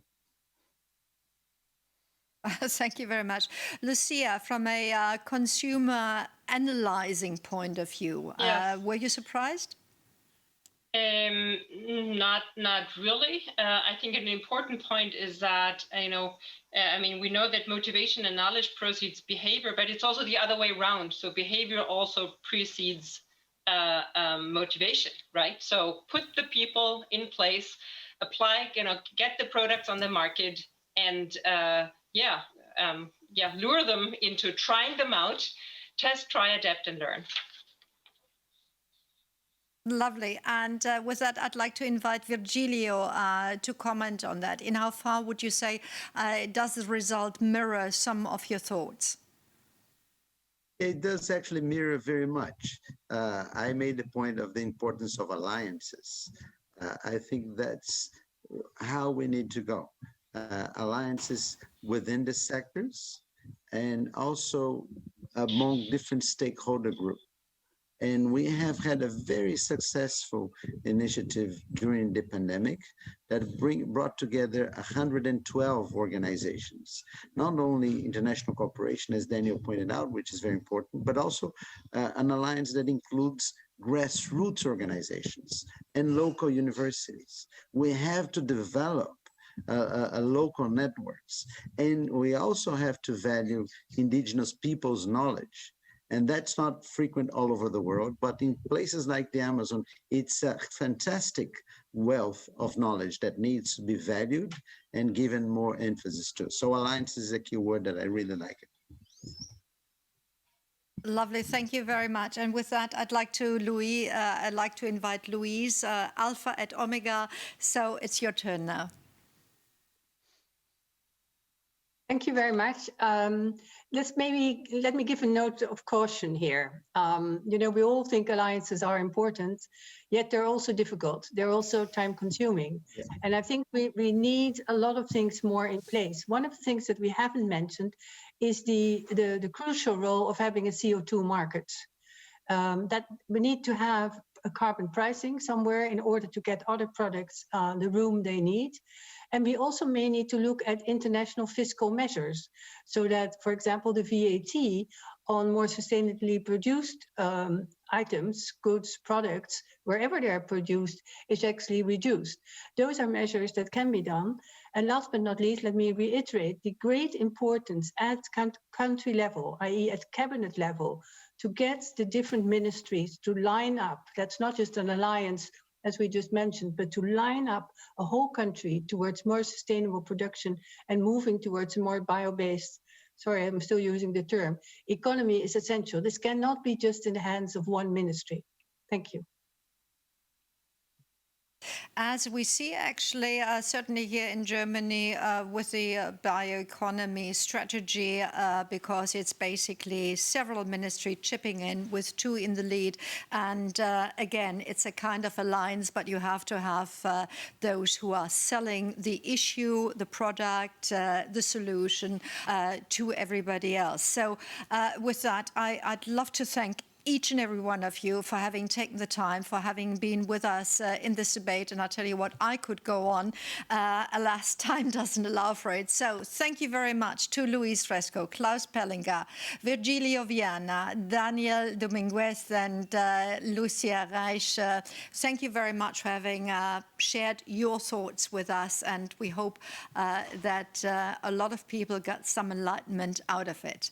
And with that, ladies and gentlemen, having said thank you to our panelists, I would like to say we see each other in a couple of minutes because we are, of course, going to have another look at the partners of the GBS 2020. But before we do that, we'll have one of our EduPods. Most people in the EU shop in supermarkets at the end of long food supply chains. But did you know that you don't always need to buy food that has traveled such a long way? Short food supply chains mean farmers and producers can sell their products to people nearby, whether they live in the city or in the country, cutting out the middleman. What's more, you can enjoy fresh, healthy, seasonal food, as well as cheese, preserves, olive oil and other food products made with all the love and care that goes into locally produced goods. Short chains are good for the environment too, as they usually involve less processing, storage, packaging and even transport is often simpler. Buying from short chains means supporting local agriculture with fair pricing for farmers and food producers. Putting money back into your local economy so everybody wins. Knowing where your food comes from means building up trust, getting to know your local farmers and producers, forging stronger connections in your community. Want to get more involved? Why not team up in CSAs to share production, harvest and consumption with farmers?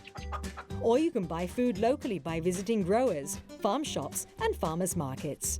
You could even sign up for a fresh box of seasonal fruit and vegetables to be delivered straight to your home, or go online to see what's on offer. Buy local, help your community, help yourself.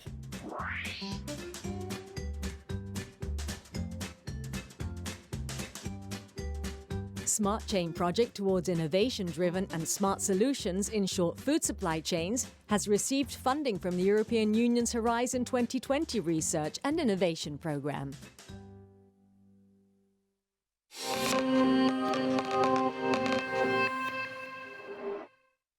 As the world comes together to find solutions to climate change, the bioeconomy is growing. From fuels to plastics, from textiles to packaging. More and more companies are using alternative feedstocks to reduce their climate impact and move from an economy based on finite fossil resources to one based on renewable inputs. It is important that we create and use these products without causing harm to people or the planet. Even with the best intentions, they can contribute to issues like deforestation, water pollution, global hunger, and even increased greenhouse gas emissions. That's why we, in partnership with our member community, have developed an amazing sustainability standard that helps ensure that the bioeconomy can grow without causing harm to communities or the planet. Our globally recognized standard is being used all over the world to protect ecosystems, ensure clean water, promote human rights, food security, and better working conditions, and contribute to the UN Sustainable Development Goals. By remaining at the forefront of innovation, we are ensuring that the inevitable transition from a fossil-based economy to a bio-based one is grounded in our vision of a healthy future for people and planet, based on the sustainable use of renewable resources.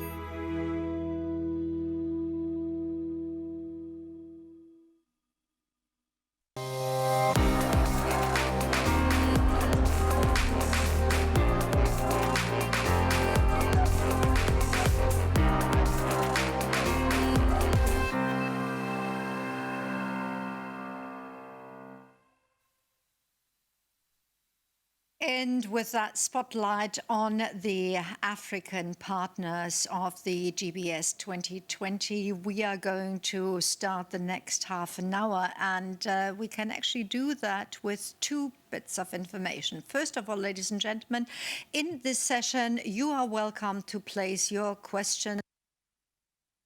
Have enough time to answer at least two our panelists. The second point of information is that BioInnovate Africa and the East Africa Science and Technology Commission got together already last month and created their first regional bioeconomy conference, of course, online due to the same travel restrictions that we have globally, of course. So the motto was bioeconomy growth prospects for Eastern Africa, and that is what we're going to look into right at the moment with our first speaker, Muyambi Benda Fortunate. He is the acting executive secretary at the East Africa Science and Technology Commission. Welcome, sir, and please take it away.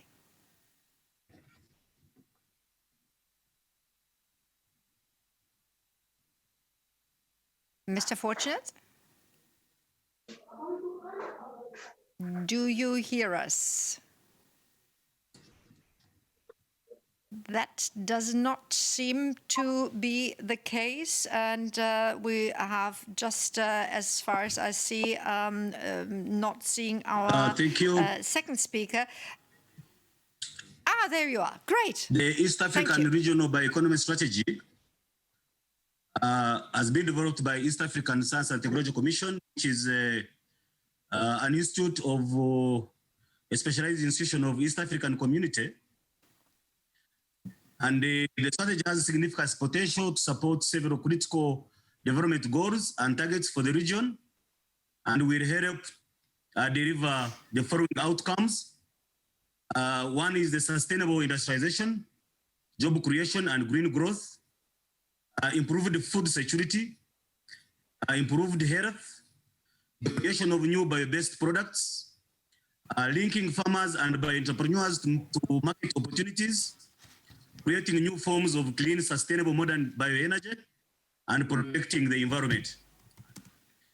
The process of development of the regional Eastern Africa Regional Bioeconomy Strategy was highly consultative, involving science and technology commissions and councils, involving line ministries, relevant line ministries, and other stakeholders in the 7 countries.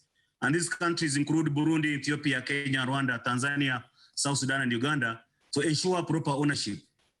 The key priorities and the key components, the evaluation in the drafting strategy were as a result of consultative processes, where directions, advice, input, and guidance came from the broad set of different stakeholders. To ensure country and local ownership of the strategy development process, We formed the national working groups and regional drafting committees, 15 members in each country from different sectors, and also representation from all the 7 countries. The strategy focuses on the creation of new bio-based products that add value at the local level and the use of resources in novel, innovative, and sustainable ways. The mission of the East African Bioeconomy Strategy is to catalyze and support innovative and sustainable use of bioresources as a major driver of inclusive economic growth and job creation in East Africa. The vision is to have a vibrant, inclusive, and innovative bioeconomy contributing to sustainable economic growth and job creation in Eastern Africa. The strategy has 4 thematic areas. The first thematic area is food security and sustainable agriculture that includes variation in fruits, livestock, microbial products, novel food, and food products, including also bio-based agricultural inputs. The strategic thematic area 2, being health and well-being, bio-based pharmaceuticals, bio-based traditional medicine, and bio-based cosmetics and well-being products. The third thematic area is bio-based industrial development, which includes bio-based and biodegradable packaging materials, bioprocessing enzymes, bio-based textile fibers, and renewable bio-based oils. The last strategy is on sustainable energy, which includes biomass briquettes, pellets as alternative to charcoal and firewood. Also production of biogas from organic waste. And lastly is the advanced biofuels. The key enablers for successful delivery of East Africa and Eastern Africa bioeconomy strategy include enabling policy environments, enhancing the bioeconomy innovation systems, capacity developing in all areas of bioeconomy, coordination, partnership, communication, and effective regional collaboration. Also, East African bioeconomy strategy has also gone ahead to develop an online East African Bioeconomy Observatory, which is an online knowledge sharing portal, which was also launched on the 31st of October during the Eastern Africa Bioeconomy Conference. Thank you very much.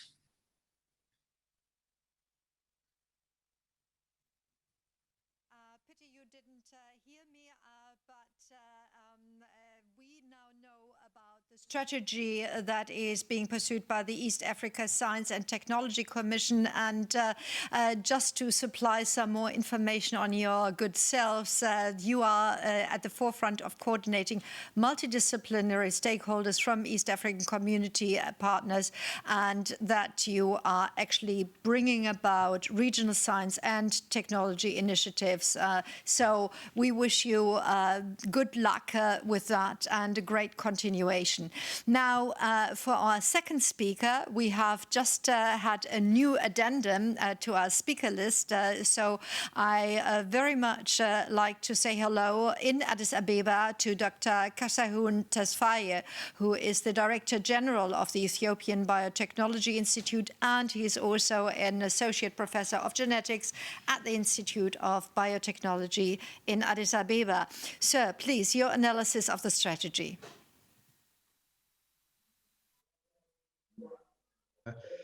Good evening, good afternoon, good morning, honorable ministers, distinguished experts, and GBS 2020 participants, ladies and gentlemen. It's indeed a great pleasure and honor for me to join you virtually to speak at this important conference in the partner session in the East Africa Spotlight on behalf of our Honorable State Minister, Dr.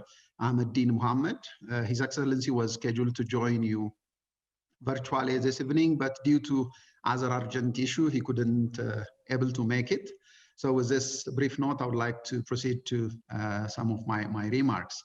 As most of you might be well aware, the region, the East African region, is home to multitudes of geographic and climatic variation, which has given rise to diverse ecological system.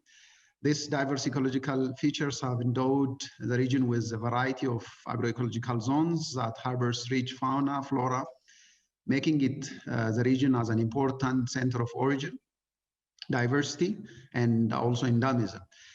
In addition, the region is suitable for agricultural development, which can be considered as a key ingredient for biomass production to build a strong bioeconomy foundation. Reports also indicate that the economies of the countries in the region, including Ethiopia, are mainly based on agriculture, with over 30% of the region's GDP is directly attributed to agriculture, and also other bio-based economy-related activities. The countries are endowed with rich but largely unexploited biodiversity and a strong bioresource production basis. However, the countries have not been able to apply technologies and know-how that could modernize agricultural production, bioprocessing, and value addition to meaningfully impact their economic growth and also development. So the question that usually comes to our mind is why we need regional bioeconomy strategy at this moment. Globally, we are facing an increasingly greater challenge of supplying enough food, water, and energy. The world population is expected to reach 9 billion by 2050, which demands a 70% increase in food supply. This change makes clear that calls for the new and innovative way of thinking to address this challenge. As you are well aware, a modern and knowledge-based bioeconomy is currently replacing a conventional product by creating new, innovative, and sustainable products to enable growth and provide employment opportunities. Over the last 10 years, bioeconomy has become an important topic in research and innovation, policymaking, especially in industrialized countries. Many developing countries are also following the same trend, placing bioeconomy on their political and business agenda for transformation of bio-based sector for sustainable economic growth and development.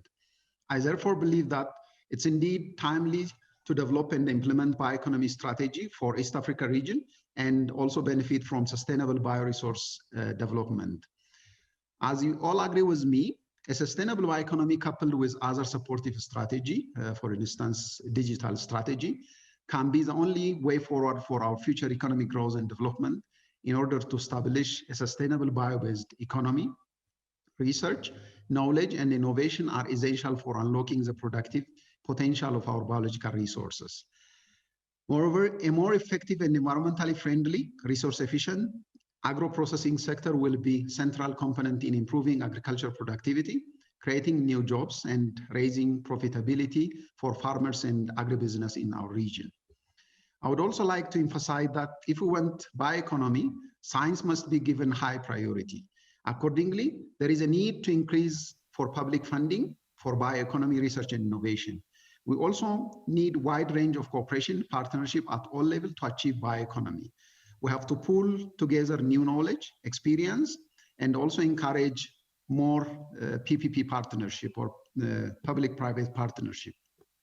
In line with this, our Ministry of Innovation Technology is funding product-oriented national research projects through its annual research call with a budget ceiling of 150,000 USD per project for up to 3 years. Moreover, in collaboration with Khalifa Fund, we have recently launched a financial support system with a primary purpose of creating at least 200,000 jobs in 5-year period through a provision of finance to technology innovation-based micro, small, medium enterprises. In order to benefit from bioeconomy, we need to put in place a compelling framework of regional and national strategy and also develop our research infrastructure as well as joint technology and product development platform. Moreover, this strategy should be built on the existing national and regional science, technology, innovation, policies, and related instruments aimed at creating enabling environment for increased STI investment to support sustainable development. In the effort to develop regional strategy, the Ethiopian Biotechnology Institute has been participated in since the commencement of the project to develop a draft regional strategy that has been presented by Mr. Fortunate. In this context, the National Working Group in Ethiopia will use a regional strategy to develop our own national bioeconomy strategy, which will be implemented in close coordination with related strategy, for instance, recent approved digital strategy for Ethiopia. Overall, agriculture-based economy As agriculture-based economy, we are committed to promote knowledge-based bioeconomy at national level and speed up the socio-economic transformation of our nation. Thank you very much. Vielen Dank. Thank you very much also for that German aperçu at the end. Christophe Basivamo is going to be our next speaker, and Christophe is Deputy Secretary General, Productive and Social Sectors of the East. So Christophe isn't there. Okay, I've just been corrected, and my apologies. So I now have to ask my people. Let me just continue with the gentleman that I have next here in line. That would be Elodia Tumwezebiye, the Minister of Science, Technology and Innovation of Uganda. Thank you very much, sir, that you're with us, and terribly sorry for the slight problem about the sequence of who was there and who wasn't there. But it's a thank you in all of your direction to have brought about a replacement within half an hour of the news. So thank you very much. Yes, thank you, moderator. Allow me to thank the organizers for the opportunity to speak at this distinguished audience. I'm delighted to be part of the Global Bioeconomy Summit and to acknowledge the significant contribution by Bioinnovate Africa and the East African Science and Technology Commission has made to our understanding of bioeconomy. I'd like also to highlight just how important bioeconomy is to us in East Africa. The cross-cutting and multifaceted nature of bioeconomy offers a unique opportunity to comprehensively address interconnected societal challenges such as food and nutrition security for millions of people that are in the region, health, emerging infectious disease outbreaks, natural resource depletion, fossil resource dependence, and climate change, while achieving sustainable development. It's a crucial element of such an economy that permits reuse and recycling of resources, including waste, thus ensuring completion of the full life cycle of resources and allowing optimization of biological resources. Bioeconomy also serves as a nexus between indigenous knowledge and modern biomass utilization, processing techniques for producing bio-based products and adding value to bioresources. It therefore plays a fundamental role in transiting from biological resource-based dependence to knowledge-based development for a vibrant, all-inclusive economy that supports socioeconomic transformation and shared prosperity. It thus has the potential to modernize and correct market failures in the traditional economic sectors that depend on biological resources. Despite the benefits, however, bioeconomy in East Africa is still in the early stages of development with emerging supply chains with varying degrees of complexity. Governments around the world are still developing policies to support the bioeconomy and assessing what their role is in helping startup companies overcome the valley of death, in quotes. A lack of financing for bioeconomy projects and technical hurdles to commercialization and scaling up have been identified as barriers to the deployment and commercialization of bioeconomy technologies in East Africa. And of course, the bioeconomy strategy attempts to address this. East African region, as my colleague from Ethiopia has said, has a unique and diverse biodiversity, partly due to its distinctive biogeographic location. This presents a comparative advantage for production of bio-based products, but there is need for public and private sector interest and sustained investments in utilization of these biological resources. In Uganda, We believe that bioeconomy is as catalytic as oil and gas and as revolutionary as ICT in the socioeconomic transformation of our country. Indeed, when my ministry was created for the first time, and I was appointed its first minister in 2016, I worked with the team to create appropriate directorates in the ministry and specifically created the departments of biosciences and bioeconomy, biosafety and biosecurity, Department of Research and Development Coordination, the Department of Innovation and Intellectual Property Management, Technology Development, Technology Uptake, Commercialization and Enterprise Development, and others. And these are related to biosciences. And the fact that we created most of these departments highlights the importance that we attach to bioeconomy in our country. We are now working on our national bioeconomy policy and strategy, and this will be aligned to the one of East African region. Recently, to highlight the importance of this, we are aiming to get somebody with PhD in bioeconomy and biosciences to be deputy head of our National Council of Science and Technology, emphasizing the importance we attach to this area. Now, Uganda seeks to create a favorable and an enabling environment to reduce the technological bottlenecks affecting the growth of the country's bio-based micro, small, and medium enterprises by establishing specific infrastructure related to that bioeconomy. In specific, we are hoping to establish science and technology parks focusing on biosciences, act as technological development platforms that will facilitate and spur the growth of bio-based micro, small, and medium enterprises through developing bioinfrastructure for industry-specific applied biosciences research and technology development, bioentrepreneurship, bioventures incubation for industrialization, improved competitiveness, and decent employment creation. These parks that we are proposing to have will provide modern research equipment, including HPLCs, LCMS, and NMR, as well as specifically designed infrastructure for proteomics, genomics, biomolecular research, drug design, biomaterials, nanotechnology, and advanced applied biosciences research and development to generate scientific knowledge and technologies addressing national challenges for economic development and socioeconomic transformation.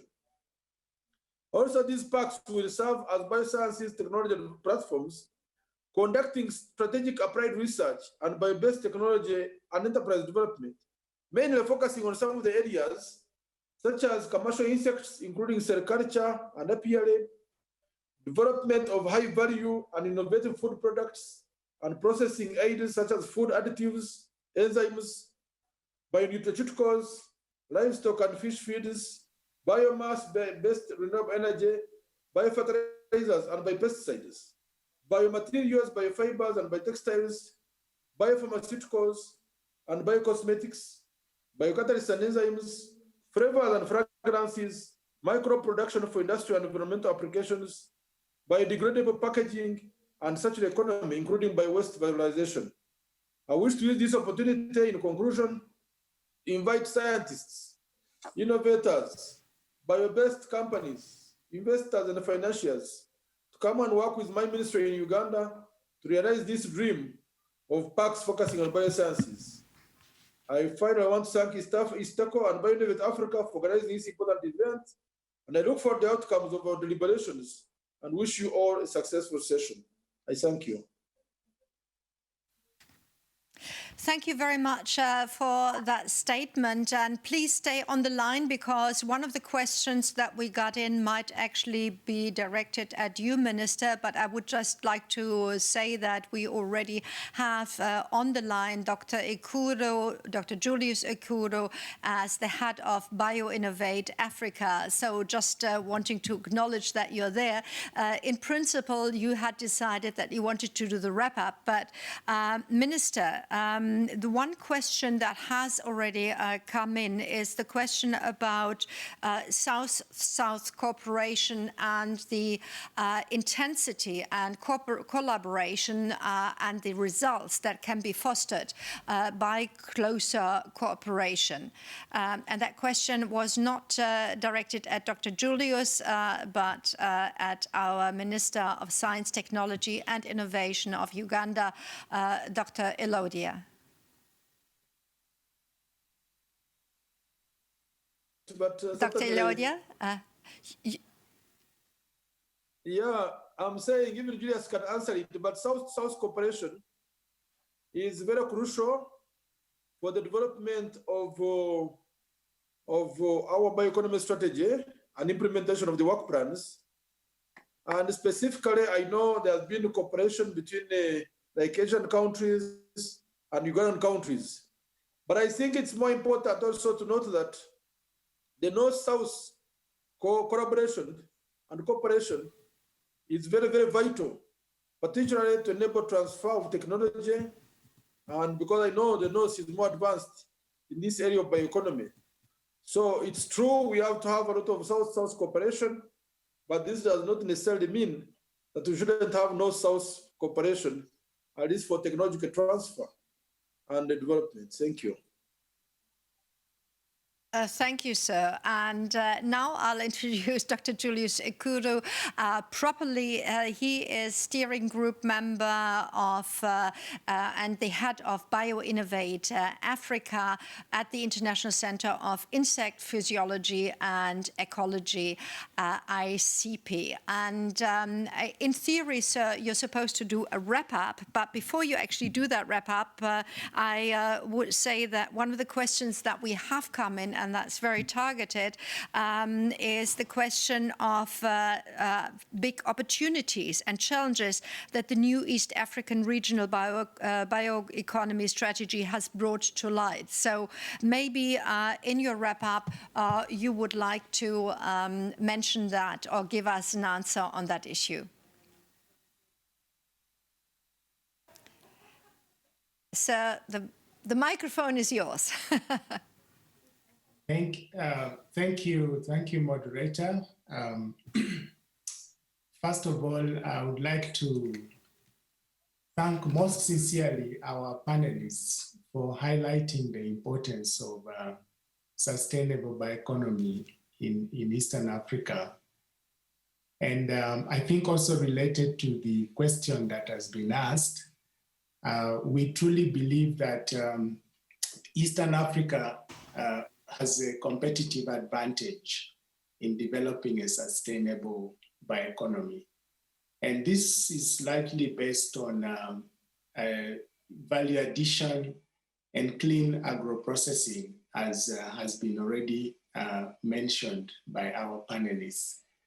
And the speakers have also highlighted the opportunities for synergizing sustainable bioeconomy with the digital economy. And I think this synergy is the future drivers for sustainable development overall.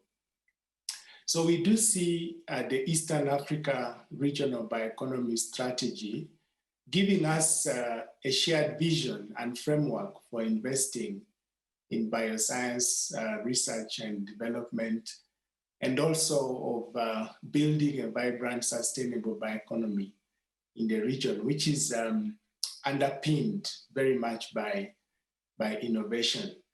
So I think that the process of translating biological-based ideas or inventions and technologies to businesses, and this is something that we do very much in BioInnovate Africa, and creating sustainable businesses that meet our growth aspirations in an environmentally sustainable and inclusive manner requires support of policy and policymakers.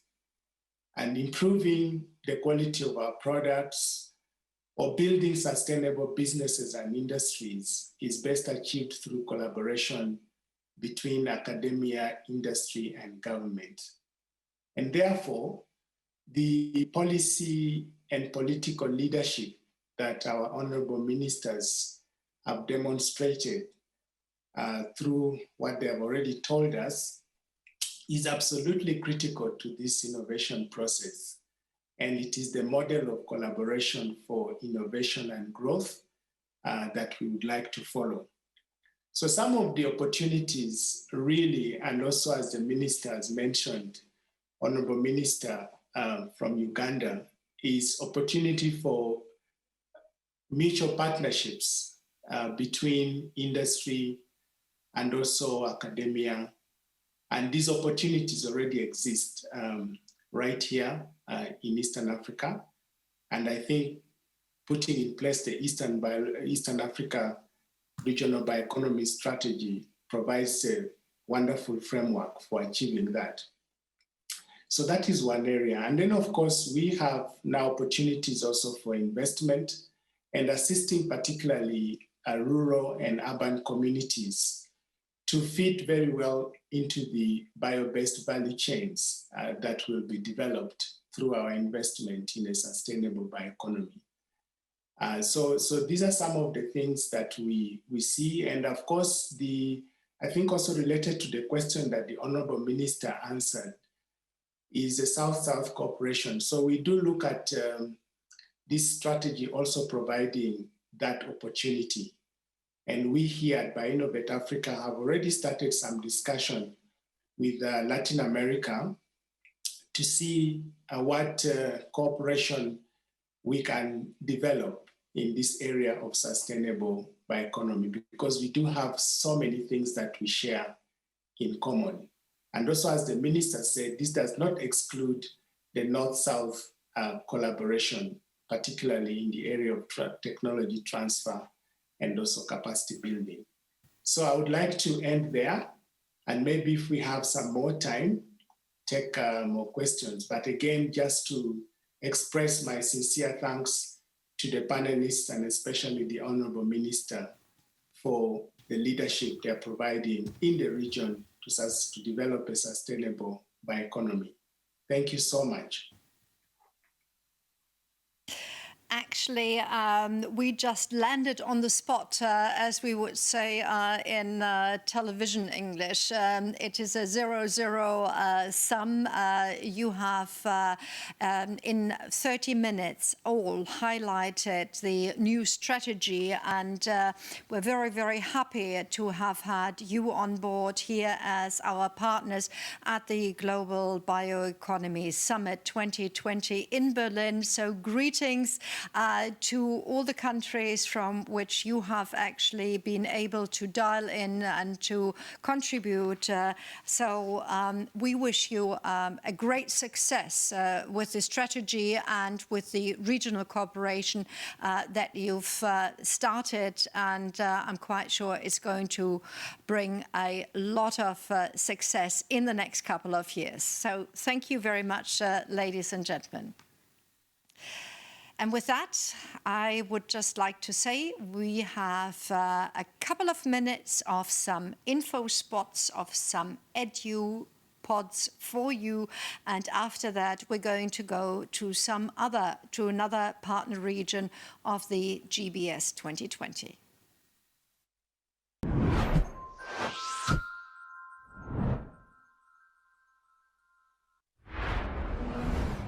Our planet is heating. The global temperature is rising fast since 1960. For a long time, scientists said that hitting this line will cause a spike in wildfires, mass migration, and it's going to cost us more than $43 trillion. That's what's going to happen if we stop here. Right now, we're on track to go way past that. The best way to lower the global temperature is to lower our CO2 emissions, and carbon capture and utilization can help us in doing so. CCU is the process of capturing CO2 and converting it to useful products. This circular reuse of CO2 can play a key role in the transition to a low-carbon industry. The way this works is, renewable energy turns water into oxygen and hydrogen. CO2 emissions and the hydrogen are used to make green methanol. This methanol and its side products, such as heat, oxygen, and water, are also used locally. But who is up for such a challenge? 20 industrial and public partners will collaborate intensively. Large industrial partners can provide renewable energy or CO2 as a feedstock. Others are potential off-takers for the green methanol and byproducts. Some partners are specialized in piping infrastructure or storage facilities or create innovative methanol applications. The innovation part of the project is managed by specialized knowledge partners, the university, and 2 spearhead clusters, one for energy and one for chemistry. And all this is actively supported by public entities, the city, the province, and the transnational port community. This project started with a preliminary study in 2018. The first large-scale demonstrator will be up and running by 2024, called North Sea Methanol, producing green methanol, and will have an electrical capacity of 63 megawatt. By 2028, green methanol and ammonia will be produced, and the electrical capacity will increase to 300 megawatt. By 2030, formic acid will also be produced. Furthermore, the electrical capacity will increase to 600 megawatt. By 2040, the North Sea CU Hub wants to produce higher value chemicals, such as fatty acids, proteins, and esters. Along this roadmap, the innovation trajectory is continuously feeding the different large-scale demonstrators with new elements and applications. When all stages are up and running, more than 1 million tons of CO2 will be saved, captured, and avoided together. The overall ambition of the North Sea CU Hub is to prove that a real circular industry exists by creating new value chains as self-supporting businesses. A financial help will be crucial in the early stages of the North Sea CU Hub roadmap so that things can be demonstrated and the economy of scale will solve the rest.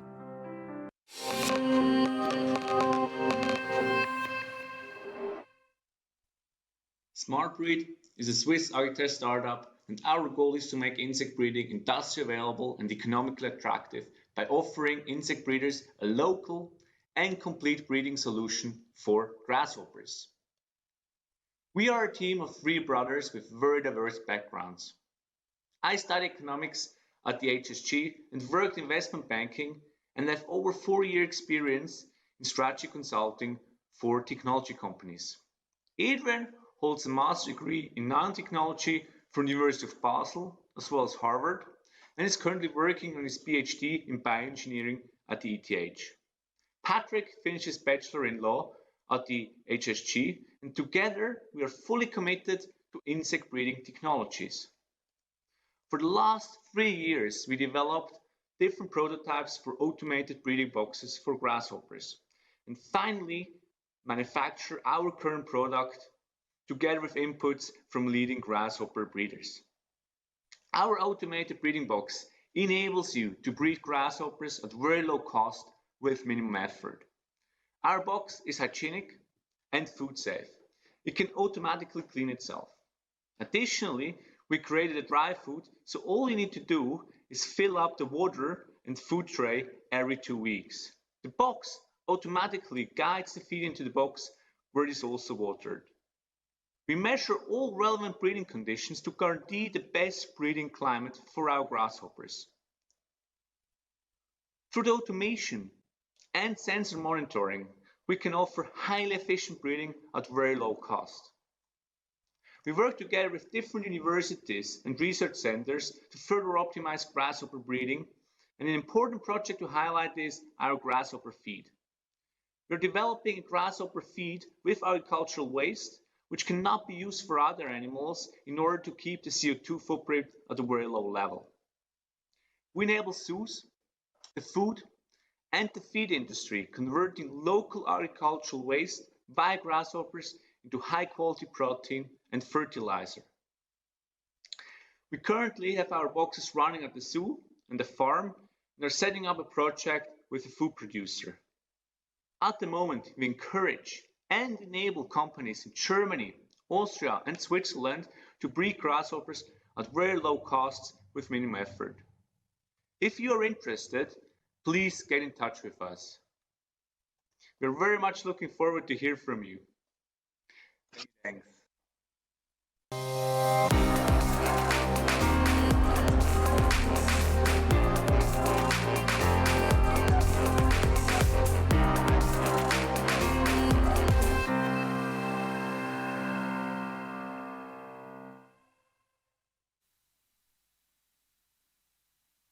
As you know by now, the Global Bioeconomy Summit 2020 has official partners, and the partner being able to present its work now is the Inter-American Institute for Cooperation on Agriculture.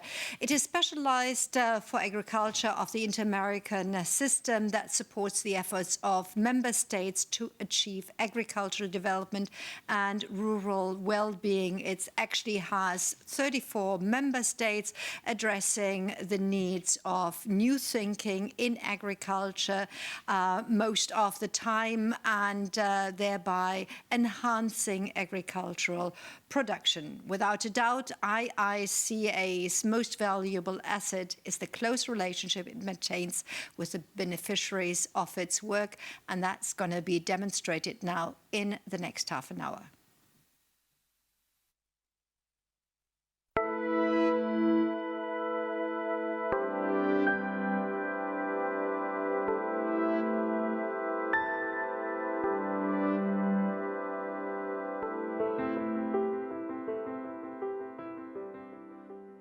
Bienvenidos todos, mi nombre es Hugo Chavarría y soy el gerente del Programa de Bioeconomía y Desarrollo Productivo del Instituto Interamericano de Cooperación para la Agricultura, IC. Bienvenidos al Spotlight sobre la bioeconomía en América Latina y el Caribe, una región de contrastes. Yo quisiera dar solamente un poco de contexto para una interesante conversación que tendremos más adelante. Quisiera rescatar principalmente 4 puntos. El primer punto es que cuando nosotros hablamos de bioeconomía en América Latina y el Caribe, estamos hablando de 2 conceptos. Estamos hablando de necesidad y de oportunidad. ¿Por qué necesidad?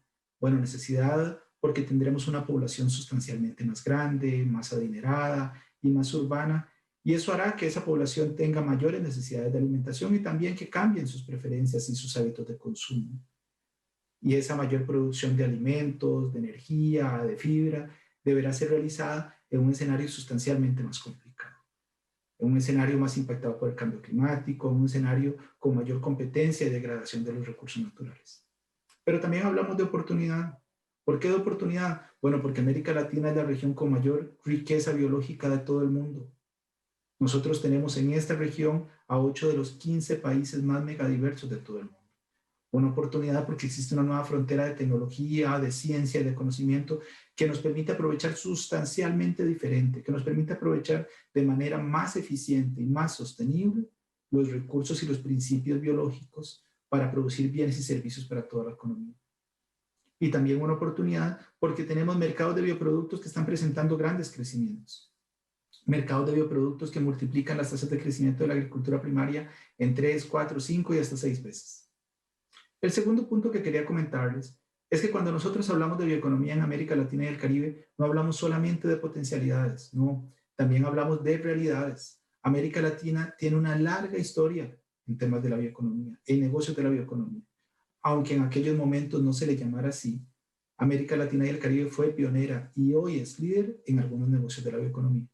En aplicaciones biotecnológicas, por ejemplo, para el cultivo de maíz, para el cultivo de la soja, para el cultivo del algodón.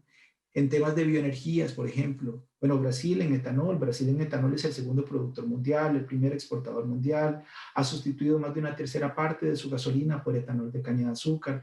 Igual en Argentina con biodiesel es el tercer productor, el primer exportador mundial. Pero no solamente eso, también somos protagonistas y somos líderes en negocios de química verde, en agricultura baja en carbono, en valorización de la biodiversidad, y todo esto ocurre en países centroamericanos, en países andinos, en países caribeños. El tercer mensaje que yo quería rescatar hoy es que aun cuando los negocios de la bioeconomía tienen mucho trecho en la región y suceden desde hace muchos años, y hoy la región es líder, lo cierto es que la institucionalidad y las políticas no han acompañado siempre el desarrollo de estos negocios de la bioeconomía. Es hasta muy recientemente cuando los países empiezan a desarrollar marcos normativos, estrategias e instrumentos de mercado dedicados a la promoción de la bioeconomía. Y aquí es de resaltar lo que está haciendo Costa Rica, Uruguay, Argentina, Brasil, Colombia, Ecuador, entre varios otros países. Y por último, considerando el desarrollo desigual que ha habido entre los negocios de la bioeconomía y la construcción de estas políticas, estrategias e instrumentos de apoyo de mercado, surgen algunas preguntas. Yo quisiera poner solamente 4 preguntas sobre la mesa. Pregunta número 1. ¿Cuál es la visión de los gobiernos, de la academia y del sector privado sobre el desarrollo y las potencialidades de la bioeconomía para América Latina y el Caribe?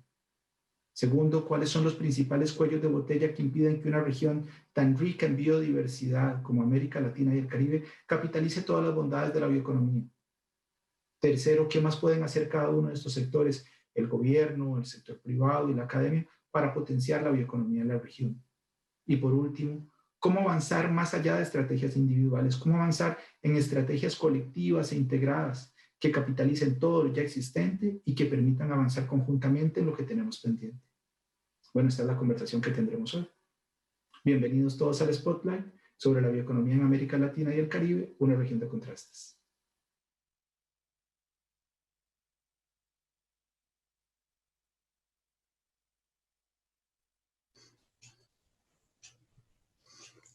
The interest in bioeconomy in Latin America and the Caribbean has been increasing in the last 10 years.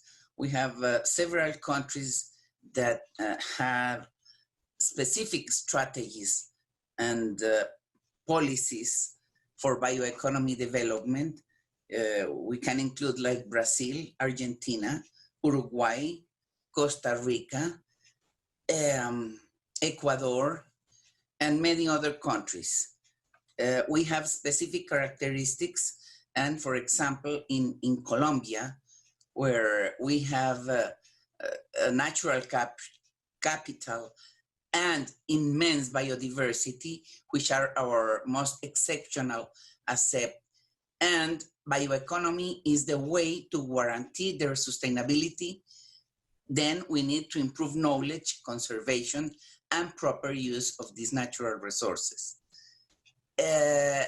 We have been in Colombia, for example, adopting this bioeconomy approach, and currently bioeconomy is considered as a mission and is a country bet. As a matter of fact,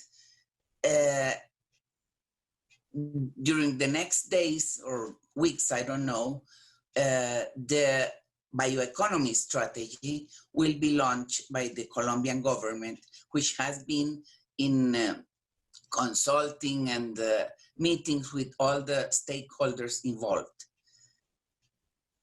Additionally, during the last 5 years, several public policy documents have been produced supporting bioeconomy as the sustainable model for territorial development, with circular productive systems and greater resilience. Agriculture, trade, environment are ministries involved in this, so it's a national cooperative mission what we are working. The other thing to think about is that the approach to use the framework of bioeconomy is very appropriate and opportune in order to integrate objectives to human and planet welfare, driven by advanced knowledge and technology. As a scientist, I'm very interested in using knowledge in the knowledge society for sustainability. Bioeconomy represents for us an advanced model that promotes the production and intensive use of knowledge on resources, processes, and biological principles for the sustainable supply of goods and services, and in all economic sectors. So it goes around everything in the society. Then we have to promote the development and application of new advances in science and technology. And biotechnology is the instrument and is the tool we must use to develop bioeconomy. In things like pharmaceuticals, cosmetics, cleaning and healthcare, energy, waste management, food production, and to face climate change. We can select several strategies for adaptation for climate change. So we can incorporate knowledge and scientific and technological advances for adding value to products and processes, and to be able to develop new useful products for new food sources, biodegradable materials, any kind of bioproducts we can use. So the main thing we have to do in all Latin America and the Caribbean is to strengthen the use, the sustainable use of the great biodiversity we have and its multiple applications through highly efficient value chains. The key of everything in bioeconomy is to have a value chain or net in a circular way so we can make use for a longer time of all the components of this value chain.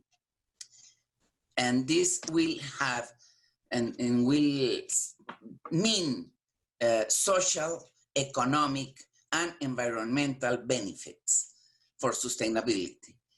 The other thing is that we have to promote educational activities to raise awareness through society in order to have the sustainability concept very clear, and all of the members of society, we can work for the welfare of the community, because this is a social goal we have to work together. So the concept of bioeconomy is evolving in Latin America, particularly around agriculture, as we shift from our traditional raw materials to the circular utilization of biomass. And from a private sector's perspective, to be able to do this effectively, we need a significant paradigm shift from what we traditionally pursue in terms of economies of scale to the paradigm of economies of repetition, to be effective in the transformation of biomass and the application of knowledge in these processes for a number of different verticals that we can supply with the bioeconomy approach. We need to offset the costs of moving things around and develop technologies that are efficient, though at lower scale. And in that sense, we are highly dedicated to technologies for the processing of biomass into biomaterials, recovering byproducts of well-developed processes in the biofuel sector. And we feel that legislation in favor of mandatory blending of biomaterials together with conventional materials might go a long way in promoting this particular aspect of Latin America's bioeconomy.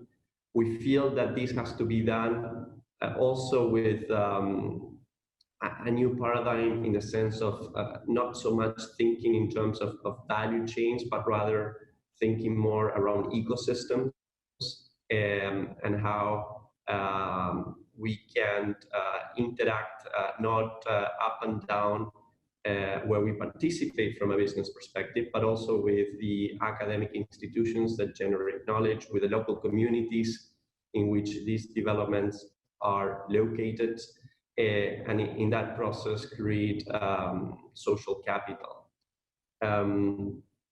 I believe that Latin America has a huge opportunity in taking advantage of this age in the bioeconomy understanding of development, and highly optimistic about the outcome in the years to come.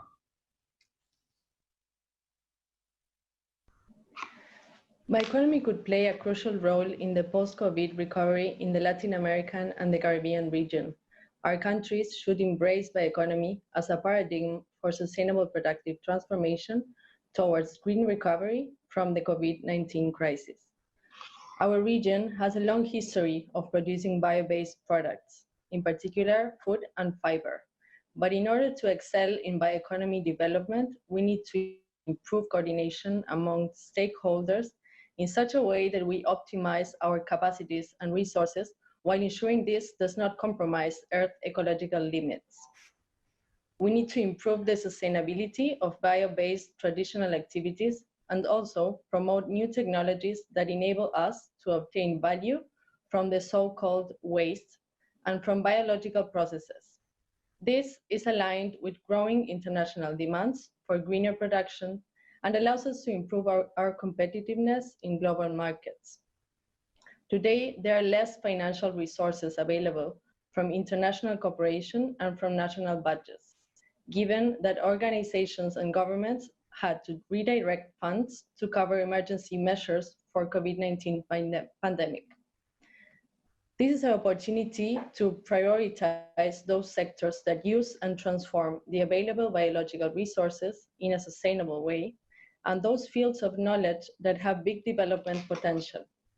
I believe bioeconomy is the key for this prioritization.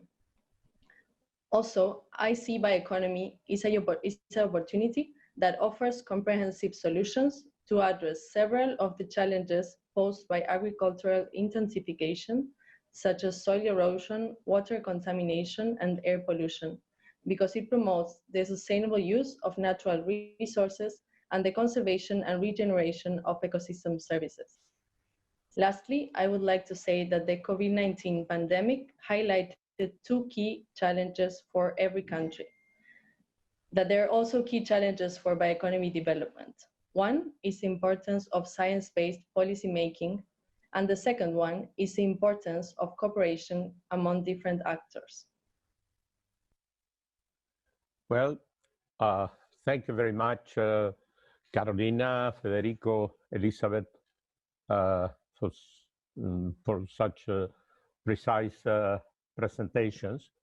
I would like now to bring you all together and try to have exchange of points of view, mostly about the future.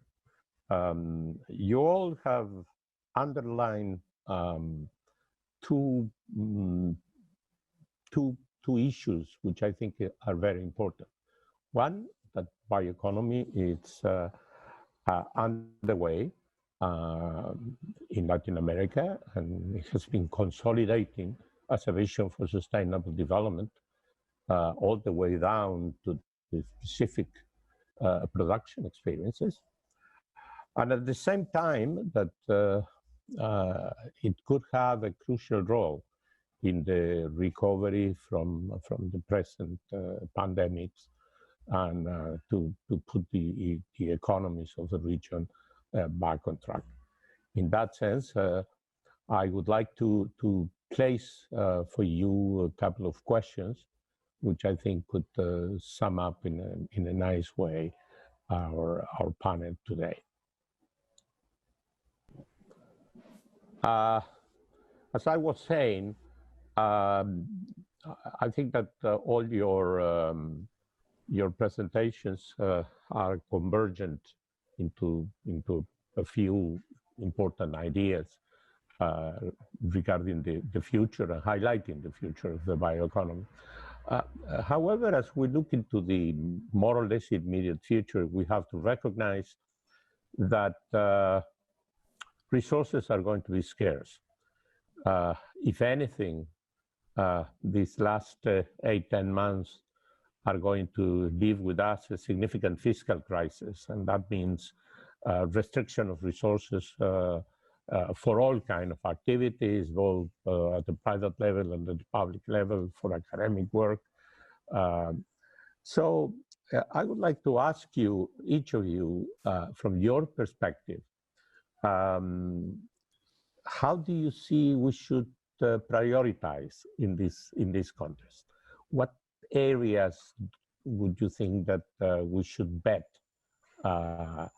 given the needs and the resource, and if there is resource restrictions to which we can respond, we need to respond?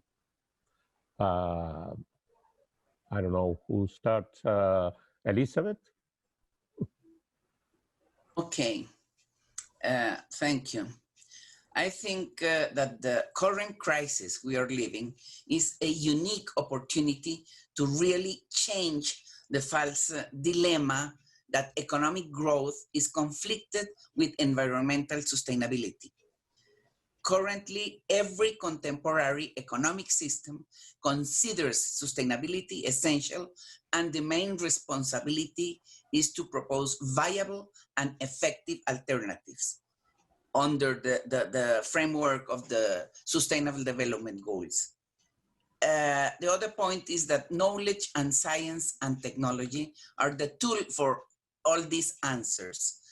What would be the priority you're asking us? I would say that currently agriculture is one of the main answers to all the crises we are living, and agricultural systems will be at the center of all this activity. Global agriculture, as a matter of fact, is undergoing major transformation through technology convergence in what we are calling agriculture 4.0, like the precision agriculture, new digital technologies, artificial intelligence, because the thing is to optimize agricultural production processes in order to produce more with less inputs, higher yields and higher production. So we have to increase efficiency on all these natural resources use, and is the most significant step in order to go towards sustainable development goals. Thank you very much, Elizabeth. Federico? Same question. No, I think that from my private Of course, sector, it's a little more difficult from the private sector point of view, but it would be interesting to have the people who's at the edge of transformations.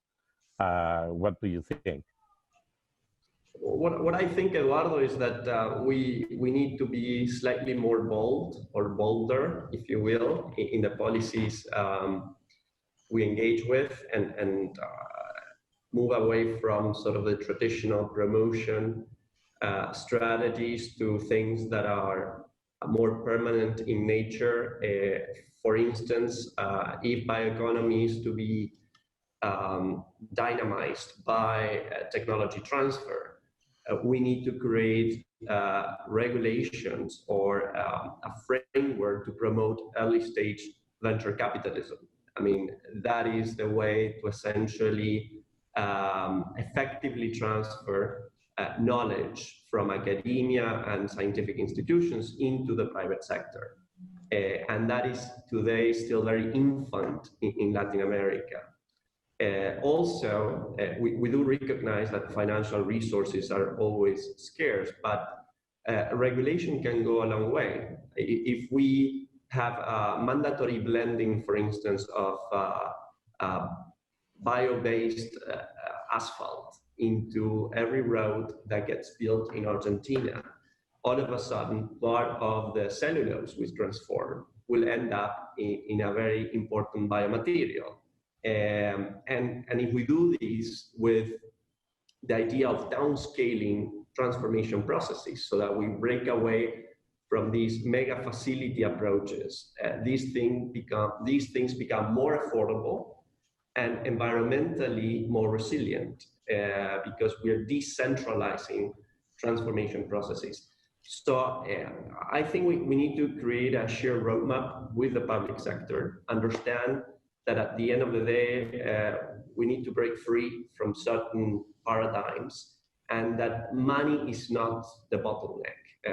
Financial resources will always be scarce, but we need bold policies to unlock the true potential of the bioeconomy for the region. Thank you very much, Federico. Carolina? Thank you, Eduardo, for the questions. First, I agree totally with both of Elizabeth and Federico. And in the first place, I agree on the fact that the agricultural sector is a key sector for bioeconomy and for this productive transformation. First, because it is basically the main sector of our economies in Latin America. In Uruguay, it represents almost 80% of our product exports. And also because it is the source of many of the biomass byproducts or subproducts, let's say, of economic activities. So in both ways, it is a key sector. So of course, prioritization has to take into account this.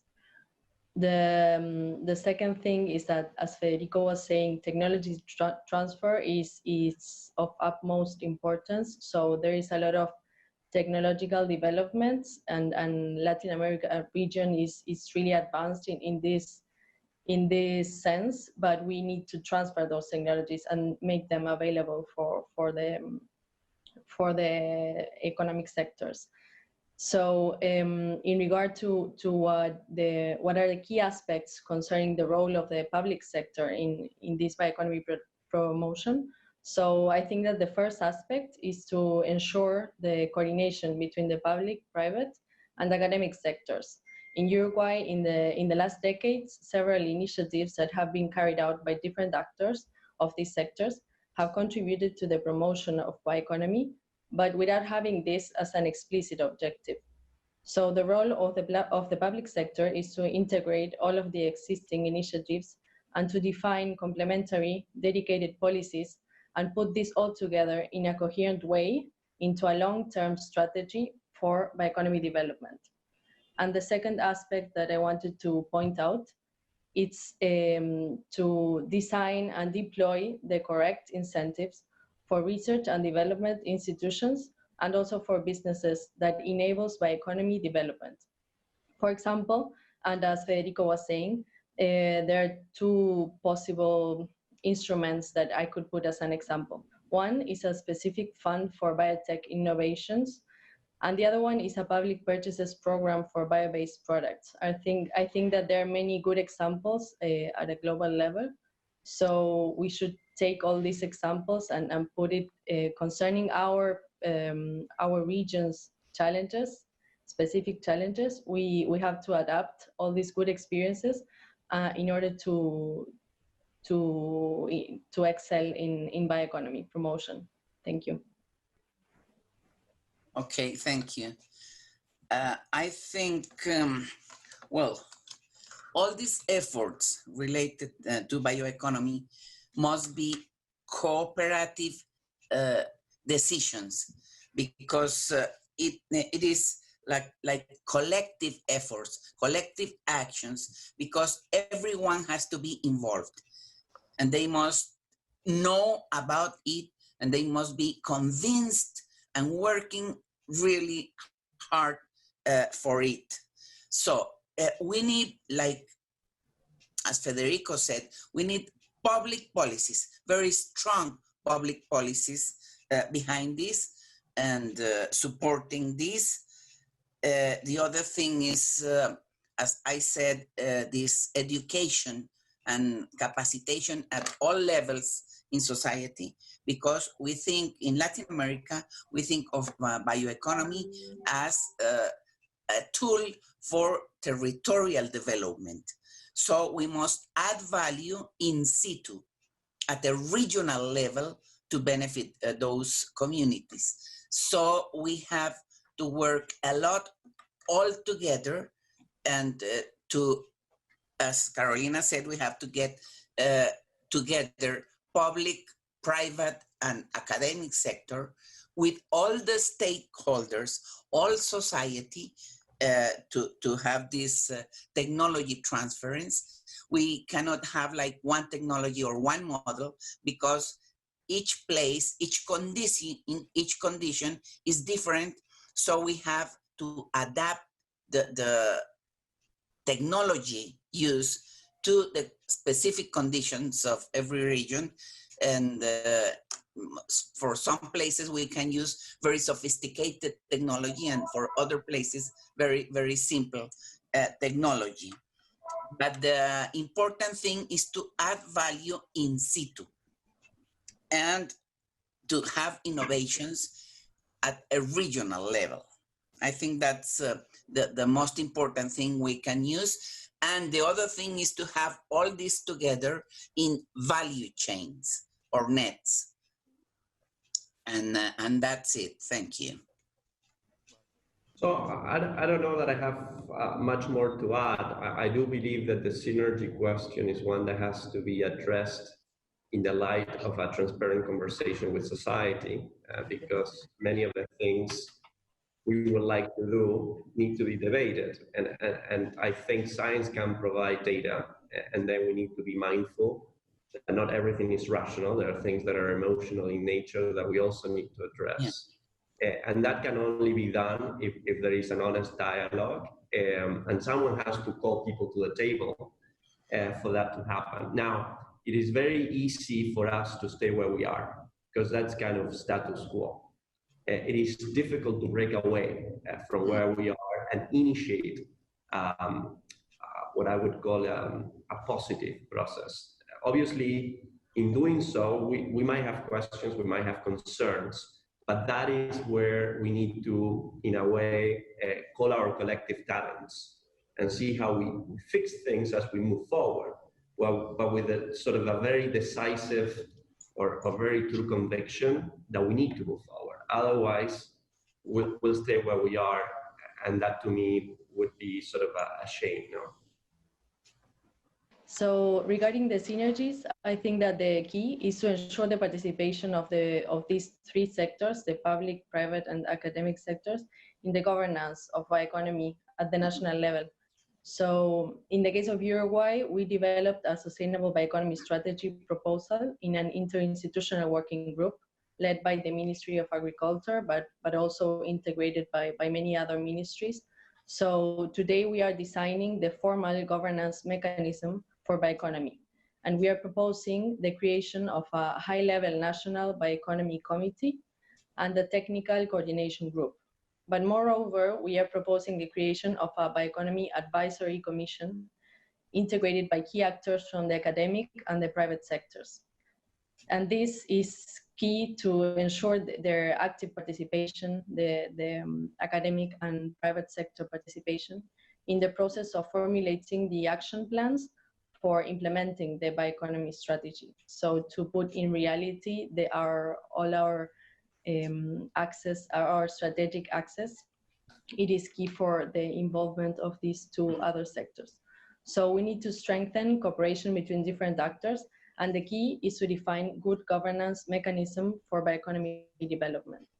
And at last, as Elizabeth was saying, it is key to think in terms of biomass-based value nets, and to change the way of thinking, or the traditional way of thinking, as value chains that are not connected between them.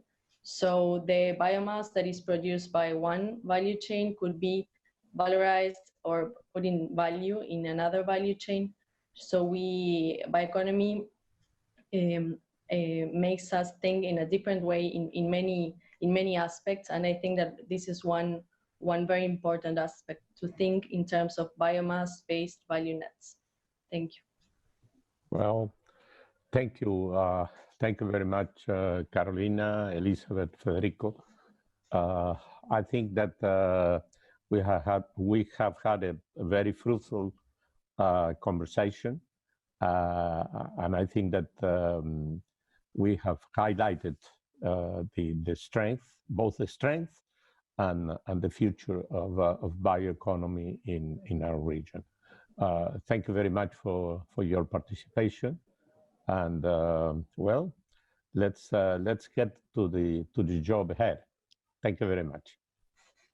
Thank you. Thank you very much.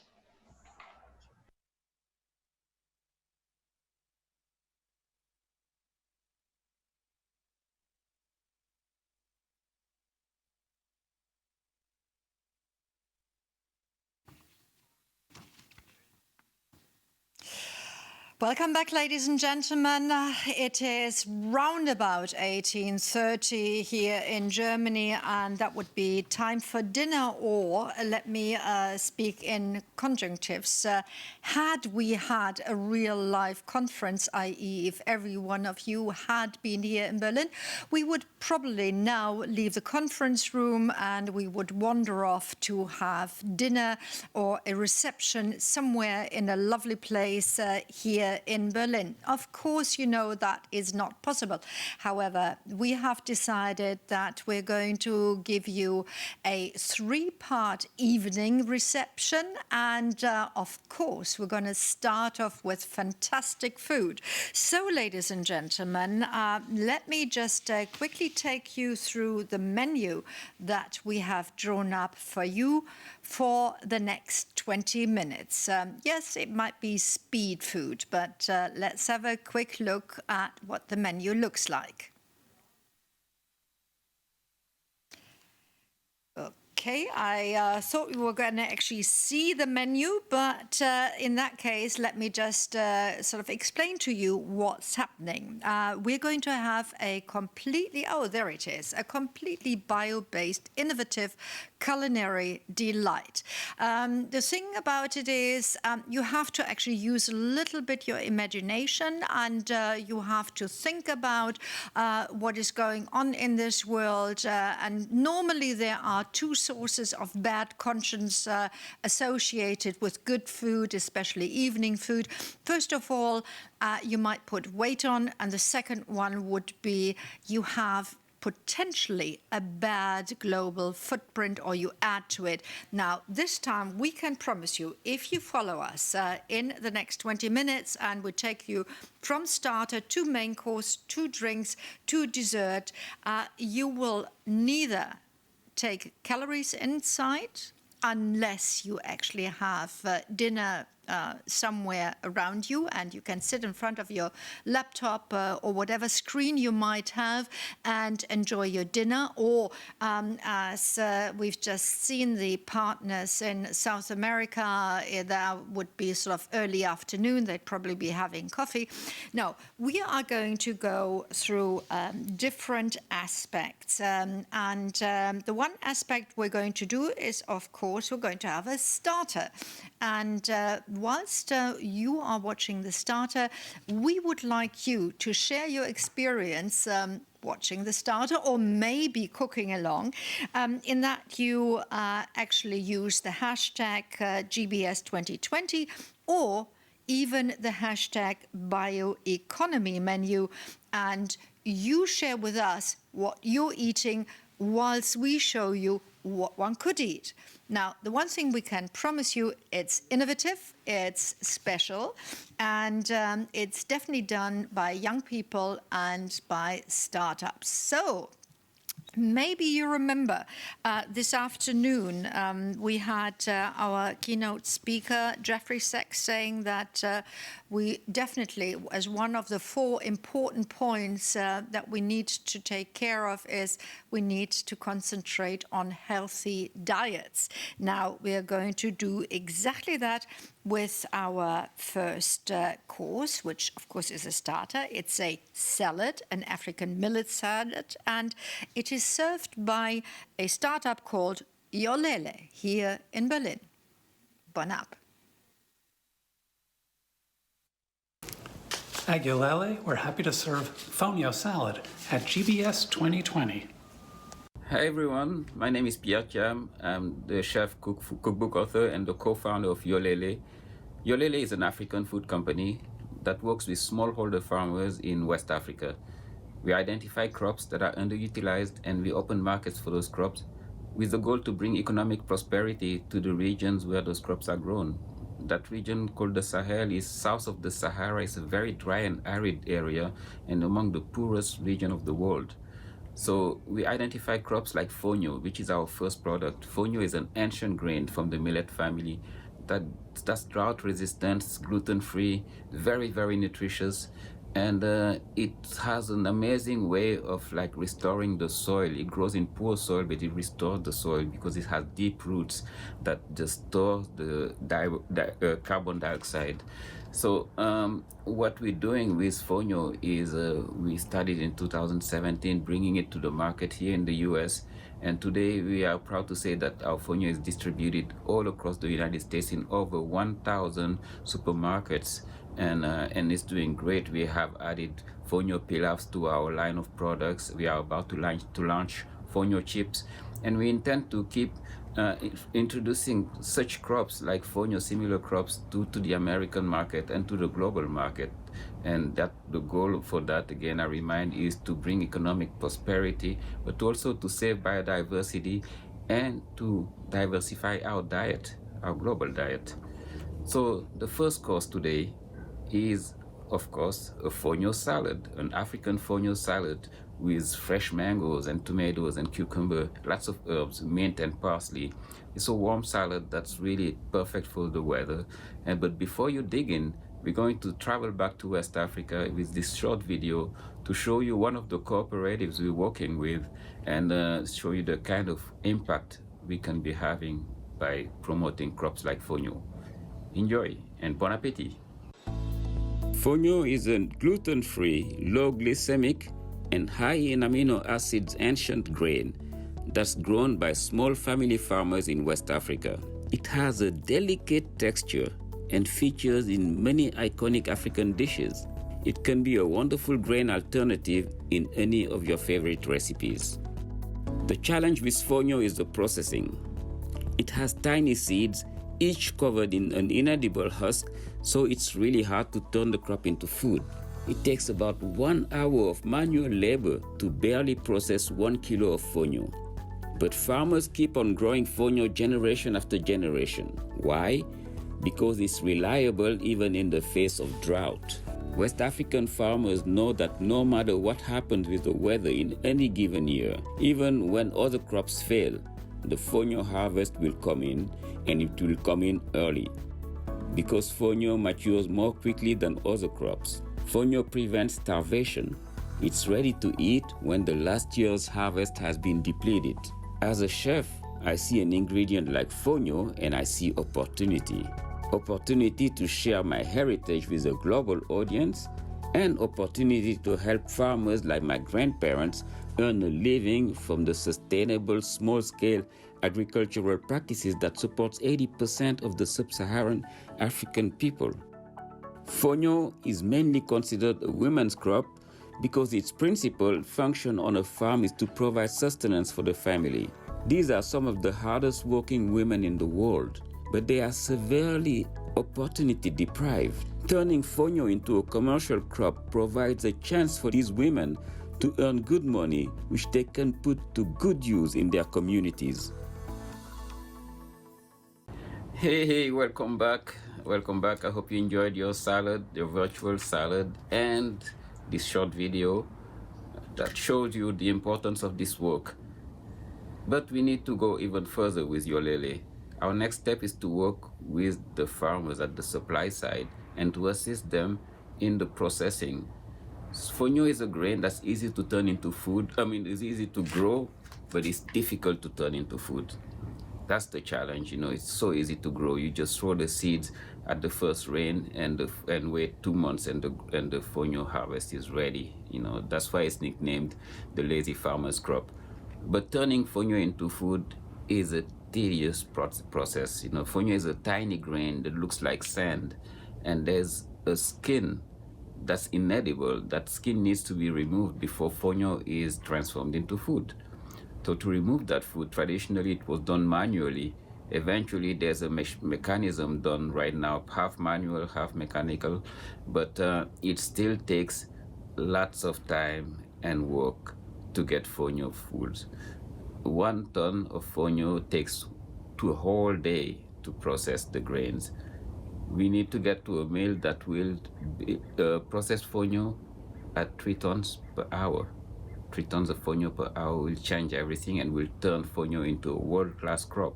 That's why Yolele is presently working with local investors, institutions, governments to get this mill, the state-of-the-art mill that will remove the bottleneck of the processing and allow the farmers to focus on growing the fonio.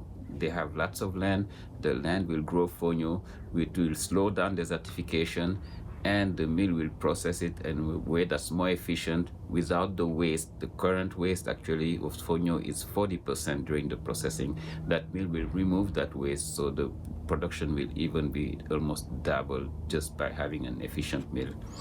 I hope you stay tuned for the coming of the next step of fonio. Thank you so much. And now I know what food for thought is. So something to watch out for, made by Yolele. And I certainly didn't know fonio before, but that is the wonderful thing. When you go to conferences, when you go to the evening reception, you actually get to know things that you didn't know before. I'm very sure that you, ladies and gentlemen, know how much the first burger made by artificial meat was costed at. It was 200,000 US dollars. Now that's quite a bit of money these days, and only within 9 years that price has come down. There are many alternative production methods, and I've been told meat that is not meat just tastes like it. However, it's quite obviously also a question of how you serve it and what you do with it. Now, we are going to serve you the main course, and the people actually presenting it are called Cellfarm, a startup from Chile. Now, let's see, and maybe let's imagine the taste of what this steak might be, because it is served as our main dish. Hi, nice to meet you. I'm Sofia, the founder of Cellfarm. Today, I'm going to treat you to a very special beef dish that is only served here at the Global Bioeconomy Summit. But what makes this beef unique? Let's find out. Cellfarm is the first cultured meat startup from Latin America, and we are powering the cultured meat revolution. Animal farming accounts for 14% of the greenhouse gas emissions, contributes to biodiversity loss and antibiotic resistance.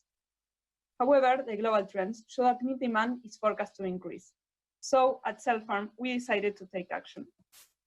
Cultured meat is meat grown from animal stem cells, so it's a sustainable alternative to animal farming. Cultured meat can reduce by 20% the greenhouse gas emissions. However, it is not in the market yet because of cost and scale. There are 4 main components of cultured meat: the cell lines, the culture medium, scaffoldings, and bioreactors. And each area has its own particular challenges for cultured meat to become mainstream. To obtain the cell lines, we need to overcome several challenges. First, we need to be able to grow large quantities of cells. Second, we need to obtain the main meat tissues from those cells. And third, we need to develop cell lines from edible animal species. At Cellfarm, we are developing a comprehensive stem cell bank solution for the cultured meat application. Through animal biopsies, clone selection techniques, and medium formulations, we obtain the cell line, the cultured meat starter material that enables the production of this sustainable meat in a cost-effective way. In the midterm, we are going to transfer this technology to other animal species. This will allow multiple products to be available in the market. Cell lines are not just another B2B product. They need to be accepted and trusted by the end consumer. So we will make sure quality standards are met at our customer facilities while using our lines to produce meat. We are a B2B company, and our revenue model is based on a fee and a royalty on sales. There is a first wave of customers we will be supporting. These are high-tech B2C and B2B cultured meat companies, and a second wave of customers, such as food companies, that will outsource the technology to produce cultured meat. By 2030, cultured meat market is projected to take 10% of the $1 trillion meat market, and cell lines are a key component of cultured meat. By this time, self-farm will take 2% of the $1 billion cell-line projected market. Self-farm counts with a very specific know-how in stem cell culture and genetic improvement. Also with the know-how of engineers that are designing the best strategy to make this meat available to everybody.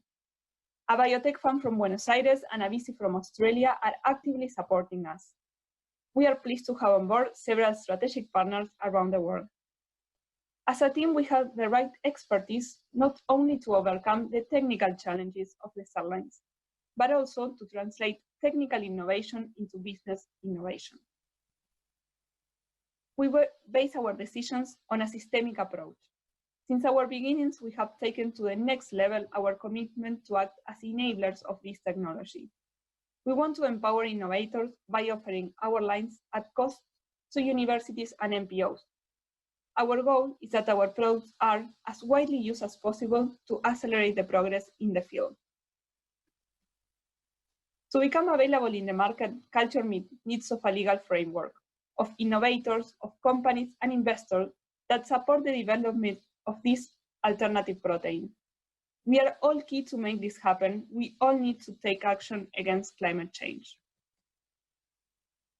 Hope you enjoyed the main course, and at Self-Farm, we invite you to be part of the solution by supporting the culture meat field. Thank you. Thank you so much, and definitely no worries or bad conscience when consuming this steak. Now, today, I don't know if you remember, we actually had a prestigious scientist who, apart from his work for the IPCC and being a professor at two very important universities, both in Beijing and London, made the connection in one side study about beer drinking and climate change. Now, we're not going to do that. However, it's quite obvious that there is a connection, and habits change slowly. So, especially coming from Germany, a beer will not be a beer, if it's not a proper beer. Now, the question is, how proper is the German beer called Knertje, who are the startup people behind this beer that is definitely no hope beer. How cool would it be to drink beer and make the world a better place? At least a little bit. Well, I might have just the beer for you. Let's go to the fridge and check it out. Well, here's the fridge.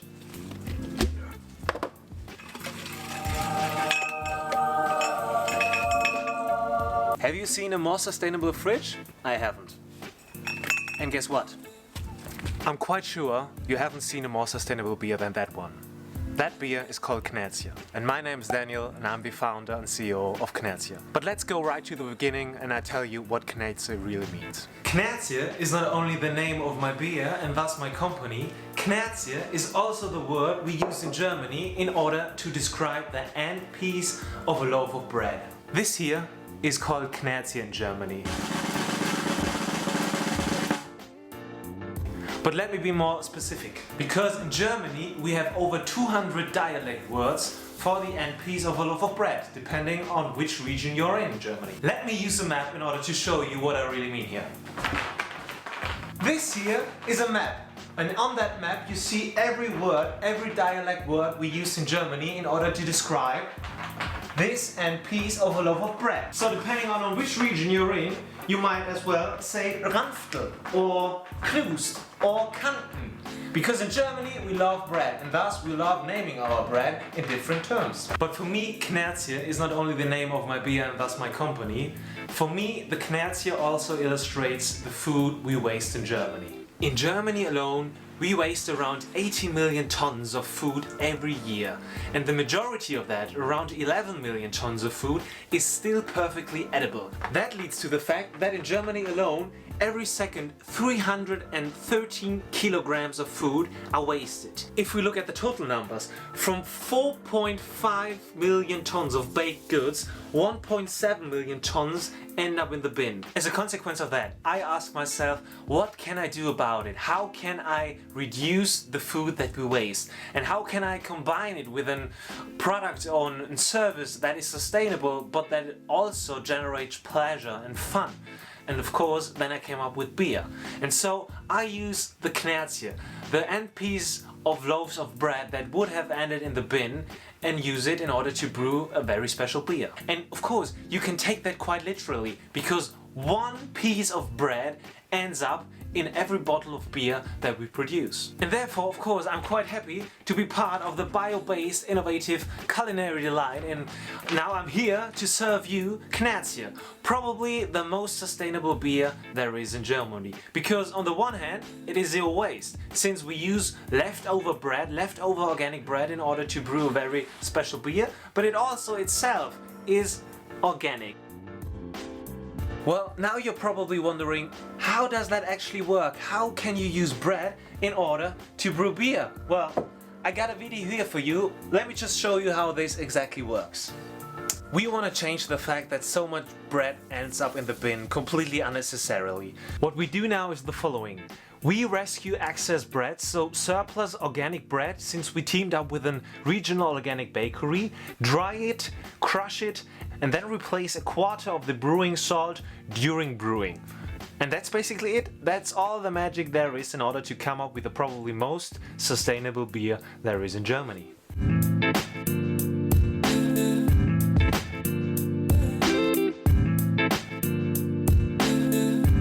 Talking about zero waste in Germany, we often refer to packaging solely. But we want to show that zero waste actually also means zero food waste, and that we have to implement circular economy approaches also within the food industry in order to get rid of the huge amounts of food waste that we produce every year. Because, let me get that straight, if food waste was a country, it would be the third biggest emitter of greenhouse gas emissions after China and the USA. And now get that, if we want to protect our climate, we just have to cherish the food that we produce. We just have to don't throw it away, but have to eat it, have to transform it into something else that is also quite delicious. Well, in the end, I think you have quite the menu here. Whether it's Jolele, whether it's Selffarm, whether it's Solar Foods, or whether it is knertje, there are so many great ideas when it comes to sustainable food solutions.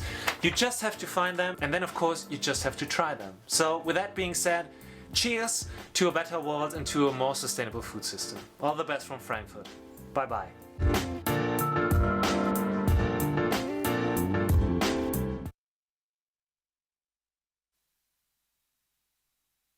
Well, I would say cheers if I had a knertje here. So we all know that beer is one of the oldest and most widely consumed alcoholic drink in the world. And guess what?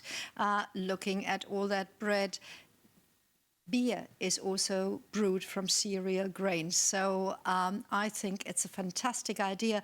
And every time I look at my bread, I think, should I drink it or should I eat it? Well, you know, that's a question that one probably could raise after one's had a few.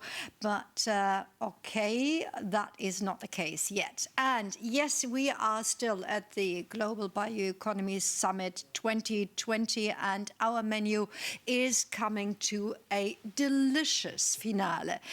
We are actually going to have something done by Solar Foods, and that's a Finnish startup. They are going to take us to the desert. No, they are going to give us dessert. Wonderful. So we're going to enjoy Nordic cultured milk cream now.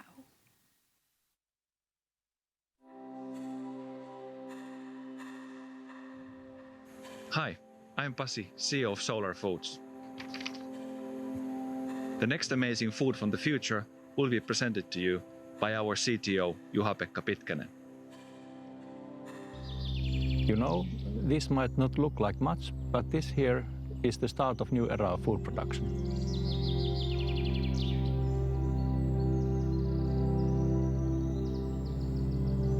For thousands of years, food production has defined human societies, but now we are standing on the cusp of new food revolution. At Solar Foods, we talk about creating food out of thin air. This is a combination of science and nature, and I'm here to explain what it means. The protein that we produce has its origins in a type of microbe that can be found in the nature. In order to multiply one microbe into billions and billions, we start by hand-picking samples from nature and taking these into our lab. Here in our laboratory, we take the samples we have collected from nature in order to screen for the best organisms. These samples are incubated in flasks in suitable conditions, which help the desired organisms to grow and multiply. So we continue to cultivate the mixture and increase the cultivation size step by step so that eventually it's ready to be transferred into the bioreactor. However, before we visit the bioreactor, let's have a look at another piece of the puzzle.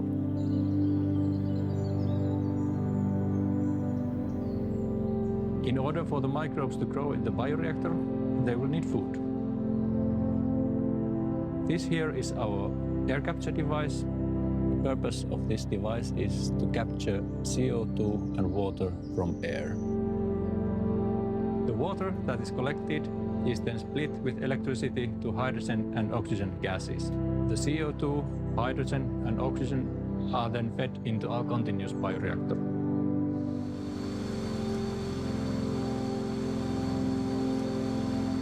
This here is our bioreactor. There we cultivate the organism which we have discovered from nature. The main nutrients that we are using here, CO2 and water, we capture from air. And then we are also supplying with minerals, including ammonia, which is then the source for nitrogen.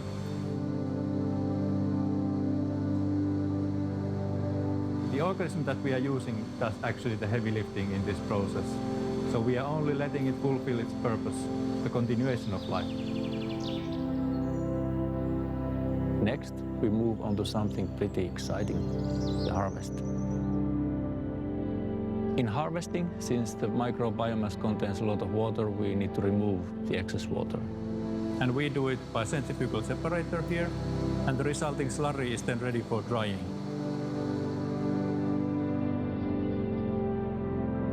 Finally, we turn the Selma slurry into a dried powder. This entirely new protein is called choline, and it's completely natural and sustainable. With our bioprocess, we are liberating food production from the constraints of agriculture. To be genuinely sustainable, we are doing this by following nature's playbook. We just like to do it a little bit more efficiently.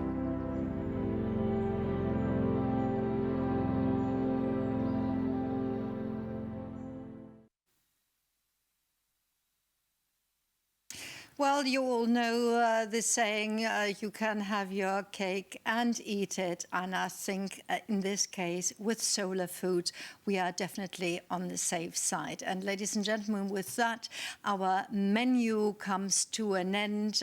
We started with a starter, the main course, and the beer, of course, accompanying everything. And then we had a wonderful dessert. And the wonderful thing is also that it was almost zero carbon, definitely 0 calorie, and 100% fun, and it was definitely interesting. So, food for the future. And talking about the future, ladies and gentlemen, we have invited here at the Global Bioeconomy Summit some young champions from all around the world. Now, there was a process actually behind inviting those that you will see in a minute, and there were actually more than 100 people wanting to become global champions, youth champions.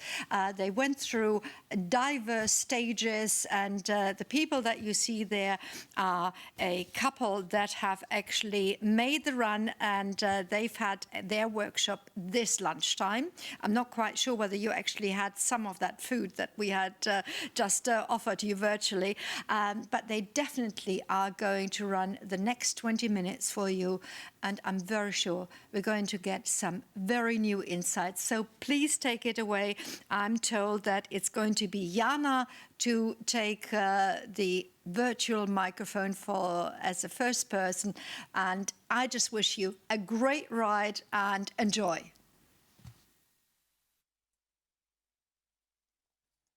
Good evening, everybody. First of all, I would like to say, yes, it's just 5 of us today from 8 that came to be Bioeconomy Youth Champions this year. And first of all, we would like to go and do the round on introductions. So my name is Yana, and I'm coming from Ukraine. And to continue, just a small preview, each of us, it happened to be from different countries, from different continents. So I would like to give the floor to each of us to introduce themselves. Hi, everyone. My name is Ronit, and I'm based in the United States. And I joined the Bioeconomy Youth Champions also as an iGEM ambassador. So great, very great to be here today. Hi, everyone. My name is Isabela Garcia, and I'm from Guatemala, that it's a little but precious country in Central America.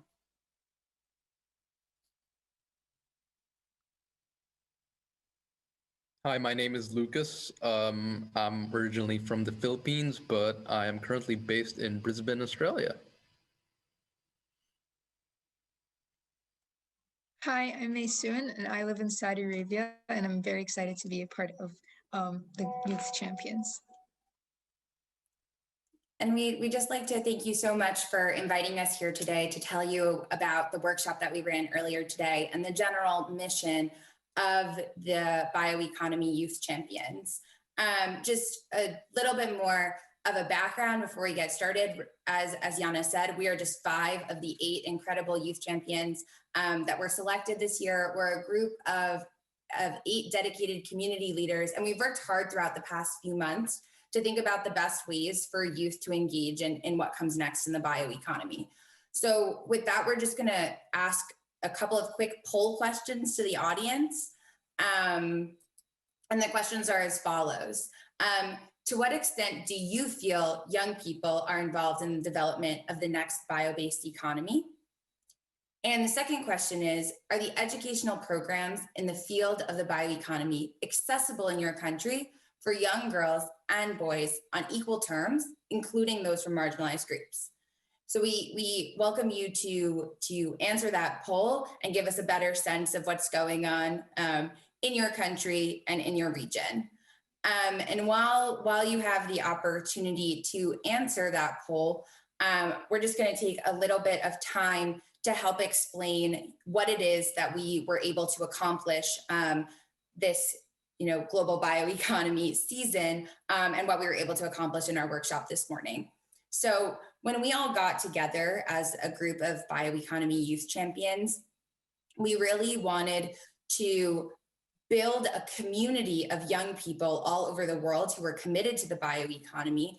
And additionally, what we wanted to do was help create a shared vision of the future within the bioeconomy and within the youth, because we understand that it is the youth that are going to take this future and make it a reality. And so the way we wanted to do that was, and the design philosophy behind our workshop was this idea of creating a roadmap and a timeline that is contributed to by youth from all over the world. So we divided up our participants into 4 different breakout sessions that represent 4 different pieces of the bioeconomy. The first being health, education, energy, and agriculture. And what we did in each of those sessions is we had youth come and tell us from their perspective, what are the challenges that they face in their region? And then we talked together about what their hopes are for the future.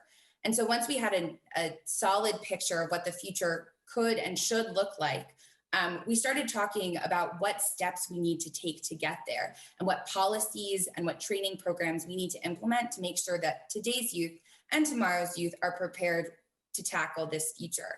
And then the final piece that we did was make sure that all of the youth had an opportunity to think about what their personal role was going to be in terms of making that future possible.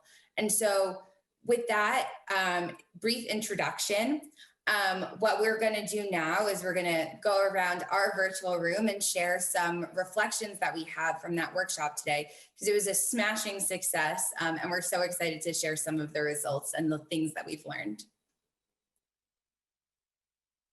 Okay, so it's my turn. First of all, I was very happy to see the great turnout we had in the workshop. Even though in some parts of the world it was 3 a.m. and in other parts was midday, we had registrations from all around the world, and we ran the workshop with 60 plus people. We had the representations of almost every region, North America, Central America, South America, Europe, Russia, Africa, and Asia. This allowed us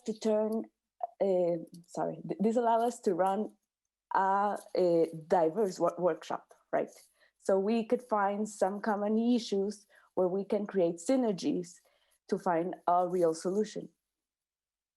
I would like to close my statement with a little quote.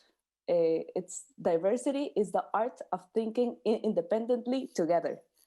I think this quote from Malcolm Forbes, that was an American entrepreneur, founder of the Forbes magazine, portrays perfectly what we did in the workshop. We thought independently, but together. So I let the lead to the next youth champion.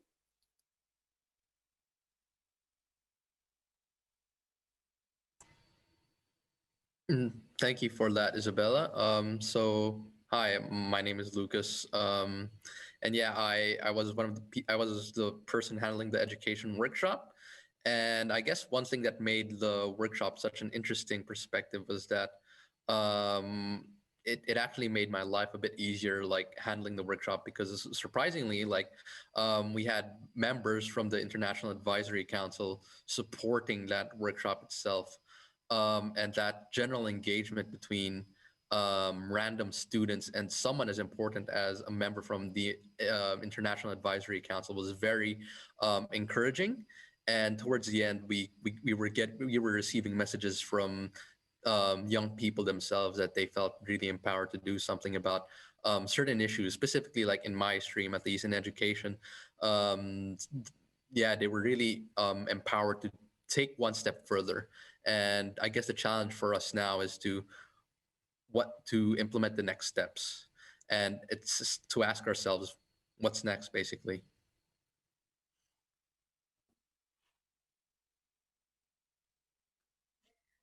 Hello, I'm Maysoon, and I was part of the energy room. And something that stood out for all of us is that we all came from countries that were developing. Most of our committee were from people in countries that were developing. And so we wanted to really explore how to educate people around us and how to lead as an example to introduce bioeconomy in our society. And I found it to be very amazing to have to listen to so many different points of view and so many ways that youth can collaborate and really try to make change, whether it was through petitions or even through ways in their university and advocating for change, which is something that I stand for.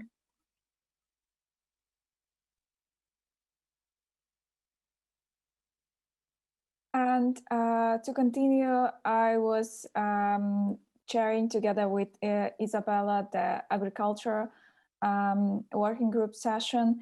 And first of all, I think we were both impressed how different, how knowledgeable young generation are, meaning that sometimes we're more relying on the senior level people, thinking that they're more experienced. But however, currently in today's situation, generations are sometimes out skilling the senior people. So there have been a lot of things that we have discussed, but in perspective of the agricultural field. But what have echoed in different issues is the development of the policy framework. And several times there had been raised an issue that sometimes the policies that are being developed to actually shrinking the gap, at the end it's actually widening it. It's bringing more disbalance into the world, and this is one of the challenges that is bothering the young generation, and I think it's quite deep, and this is the one that should be focused upon in the future. And thanks, Yana. And one of the things that I was really, really impressed about in my workshop, which was the health workshop, was that what we did was we tried to put all of these future technologies on a timeline.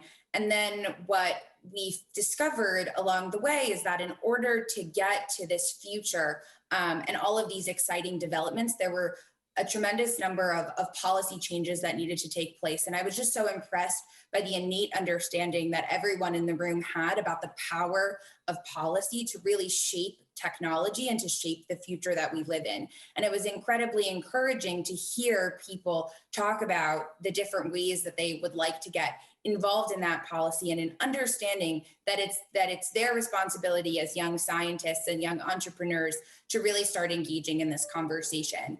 And so we were just incredibly impressed and blown away. And as you can hear from all of the different reflections, we learned a tremendous amount. And just to talk about the next steps for a couple of minutes.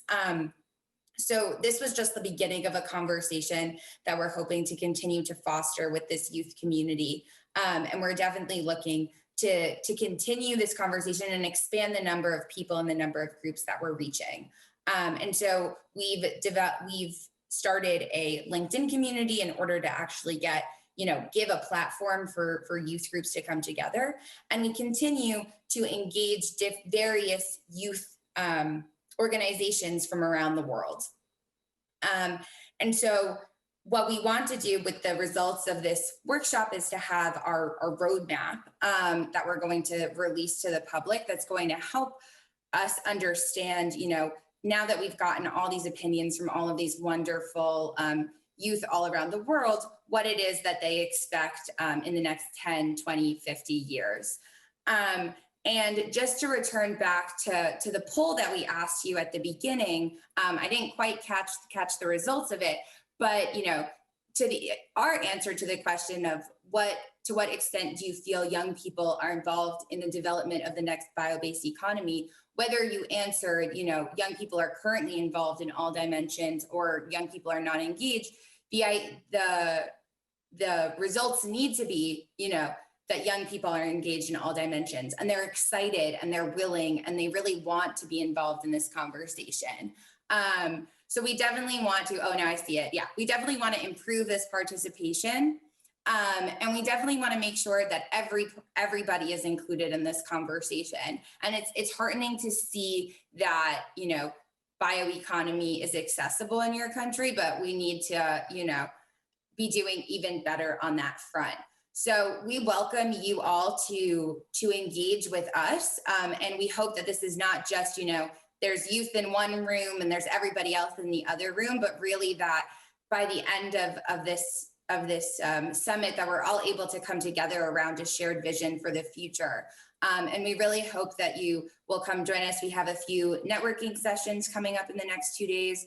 And additionally, just be on the lookout for what we produce after this conference and what we have to say. And we welcome all your thoughts and suggestions and feedback. So please make sure to get in contact with us if you have any follow-up questions or any thoughts. And thank you so much for listening to us today.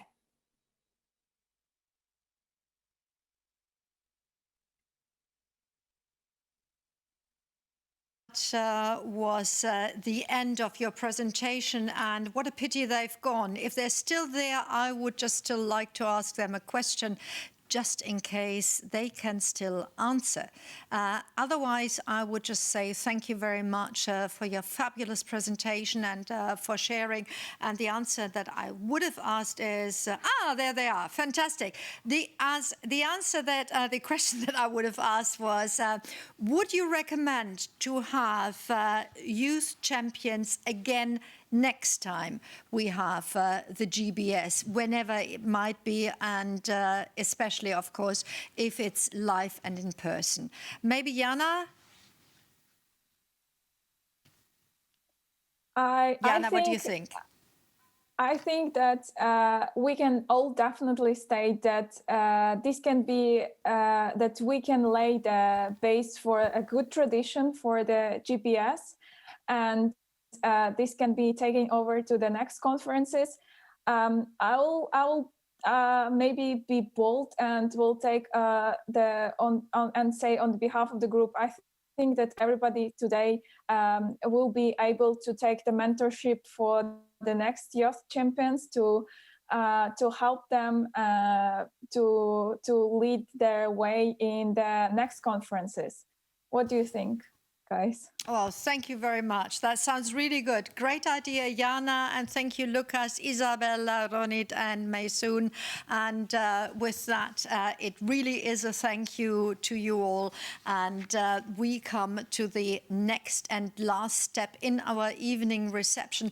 Having just had sort of the look at the youth, we now go into ancient history. And I'm not quite sure, but if you, wherever you live, went to a natural history museum, what would be the first thing that you would associate with it? Probably, I would say, old bones, and preferably those of dinosaurs. And now I have to say it's really sad that all of us can't be here in Berlin, and we know there is a reason for it. But had you been in Berlin, we probably would have had the reception in the Natural History Museum here.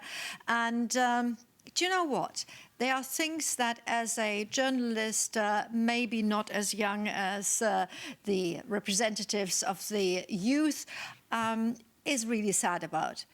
There they are, lying in the earth for 150 million years. Then they're being undug, and then they're being put into a museum. And within a couple of years, they actually have to change their name. Now, what is that all about? Well, I know change happens. So what is all this about? It is about the formerly known Brachiosaurus that is in the Berlin Natural History Museum. These days, unfortunately, he's not called that, or she's not called that anymore. It's called a Giraffia titan branchi. Anyway, you are going to see his or her, or at least this specimen, in the next couple of minutes, because we are going to take you onto a virtual tour, a digital tour. But not only that, that's a good thing about being digital. We jump from Berlin to Paris and show you the Paris Natural History Museum in one go, and we hope that you lean back and enjoy. Dear ladies and gentlemen, if we would have a normal year, you could be here with us at the Naturkunde Museum in Berlin. You could enjoy the great exhibition, see the Archaeopteryx, see the huge dinosaurs, and you could talk with us about biodiversity and bioeconomy. There is many lines which connect to each other. But in the time of Corona, everything has to be digital.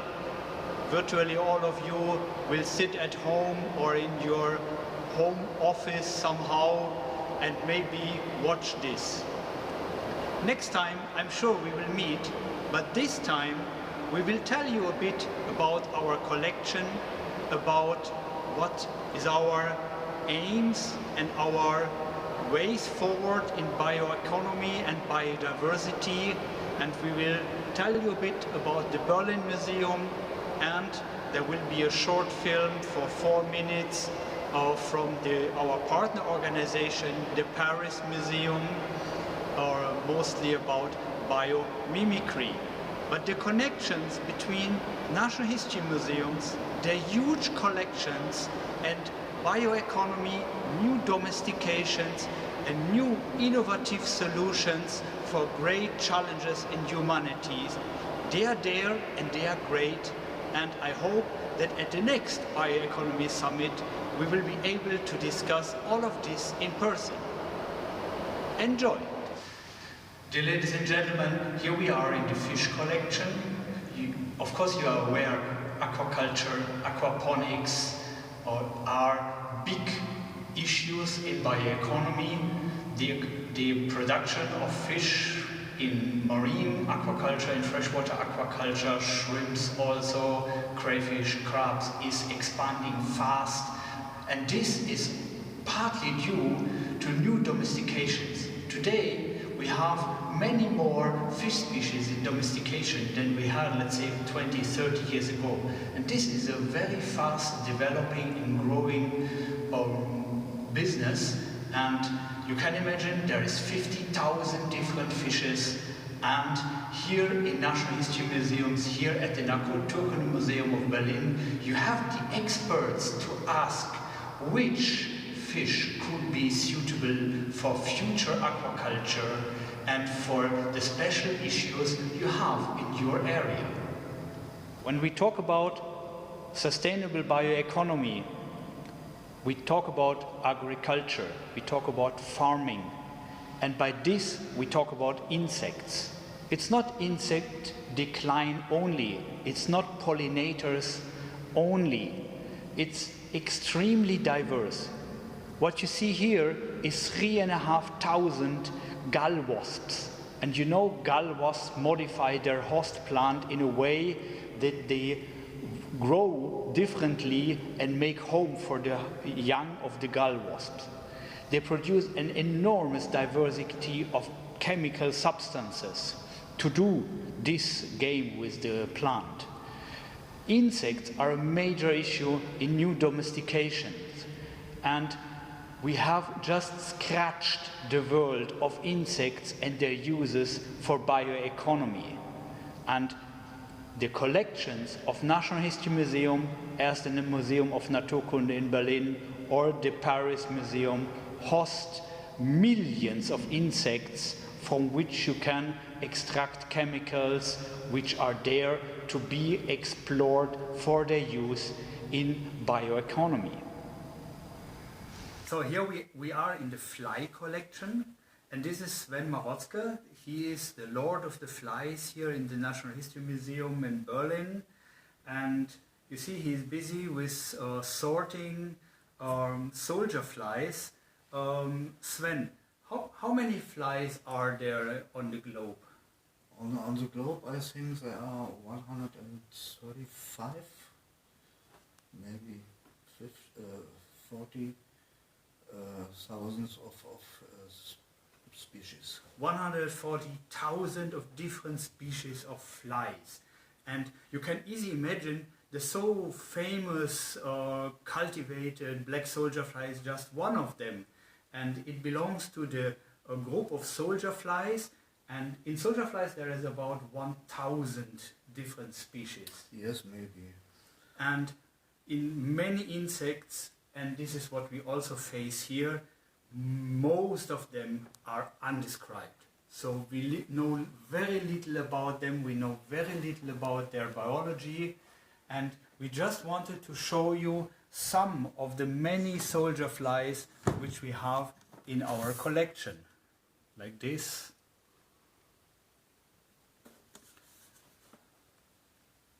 In our collection in Berlin, we have about 1,000 difficult species. 1,000 different species.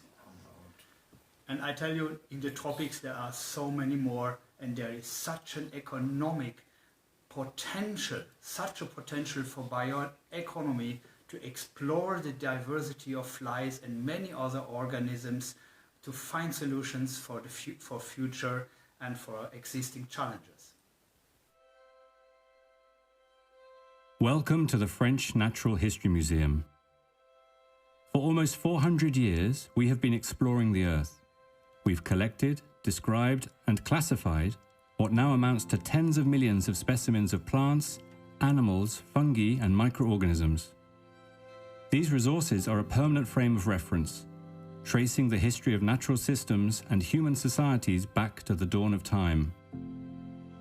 They also include fossils of organisms that inhabited the Earth for millions of years before disappearing forever as their environments changed. Another mass extinction crisis is now underway, this time man-made. Resource exploitation, habitat destruction, pollution, invasive species, and climate change are leading to dramatic declines in nature and the life-sustaining services it provides. How can natural history contribute to addressing these 21st century challenges? One answer lies in following life's principles, which have emerged over 3.8 billion years of evolution. The living world moderates its energy consumption. It uses water as a solvent and constructs materials from abundant elements. Life recycles, it self-assembles and it regenerates. Nature has found ways to optimize, cooperate, and adapt. It is multifunctional and remains, above all, resilient. These principles are enshrined in the diversity of organisms around you with their vast range of forms and functions. By closely observing biological models, we can develop novel materials, processes, and systems for a more sustainable future. The living world can stimulate our creativity in scientific, technological, and even artistic domains. This is called bioinspiration. The marine environment and its biodiversity is a rich source of ideas for innovation. Undulating fish fins have inspired medical pumps and tidal energy systems, whilst mimicking the structure of shark skin has led to the creation of antibacterial surfaces for hospitals. Diatoms and sponge spicules have provided a method for low-energy glass production, and new pain-killing drugs have even been developed from chemicals produced by marine snails. On land, terrestrial species have also provided original solutions. Polar bears' fur and skin have inspired textiles that store heat, whilst birds' necks and elephants' trunks underpin the design of light and supple robots. The iridescent blue of certain tropical butterflies has shown us that color can be produced structurally, without the need for pigments. And watching geckos cling to vertical surfaces has brought about new adhesives. The French Natural History Museum's collections and the researchers that study them are a unique asset for sustainable innovation. About 12% of described biodiversity is preserved in collections, with our museum housing the third largest collection in the world. Here, in our zoology collection, hidden yet available for research, is an abundance of nature. Specimens and information meticulously conserved for future generations. Determining the relationships between these different species and presenting them in taxonomic systems is fundamental to successful bioinspiration. This knowledge helps us understand their evolutionary history and compare related species. We can also identify how species have adapted to their environments. Their most interesting characteristics then guide our search for solutions in the biological data. Our goal is to share what we know about biology, not only to inspire, but also to foster a greater appreciation of the natural world. By protecting biodiversity, much of which still remains unknown, we are protecting a reservoir of potential ideas and resources. Through bioinspiration, our museum hopes to encourage action to steer humanity onto a better course. One where we might integrate nature in sustainable and ethical ways to support our human needs, whilst remaining in harmony with other forms of life. Come join the adventure. National History Museums are not only about collections and biodiversity. National History Museums are, of course, about experts. We have many real cool experts in the Museum for Naturkunde, as well as in the Paris National History Museum and at many other places. We are ready to collaborate with you but we live in different worlds. We don't know what you need. You don't know what we have. Let's come together for collaboration. National History Museums are open with all of their resources for your needs. I wish you a perfect Bioeconomy Summit, and in the next time we meet in person. Thank you.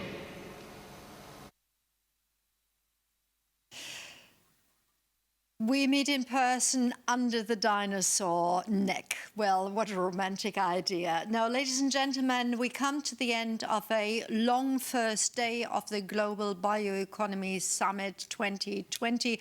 And we hope that you did actually take part in the morning or in the afternoon and can take some learning, some inspiration, and maybe some new questions along.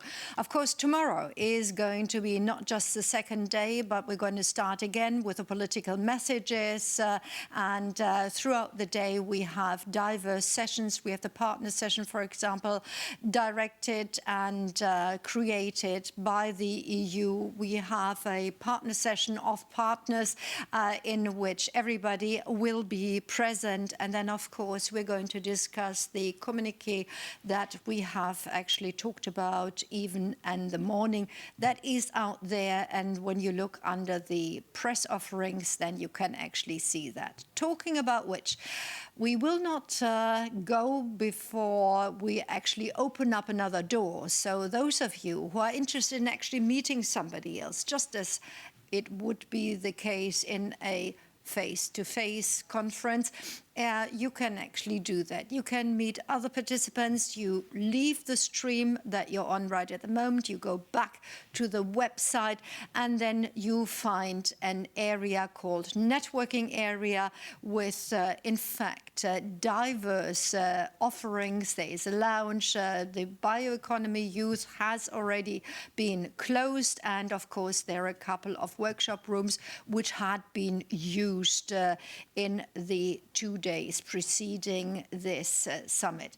Now, ladies and gentlemen, all that remains for me to do is wish you a good evening, or if you are in South America or maybe in North America, a good afternoon. I think Asia is just about to get up and get going. So we'll see each other tomorrow morning at 8:30 German time. Until then, see you and stay safe.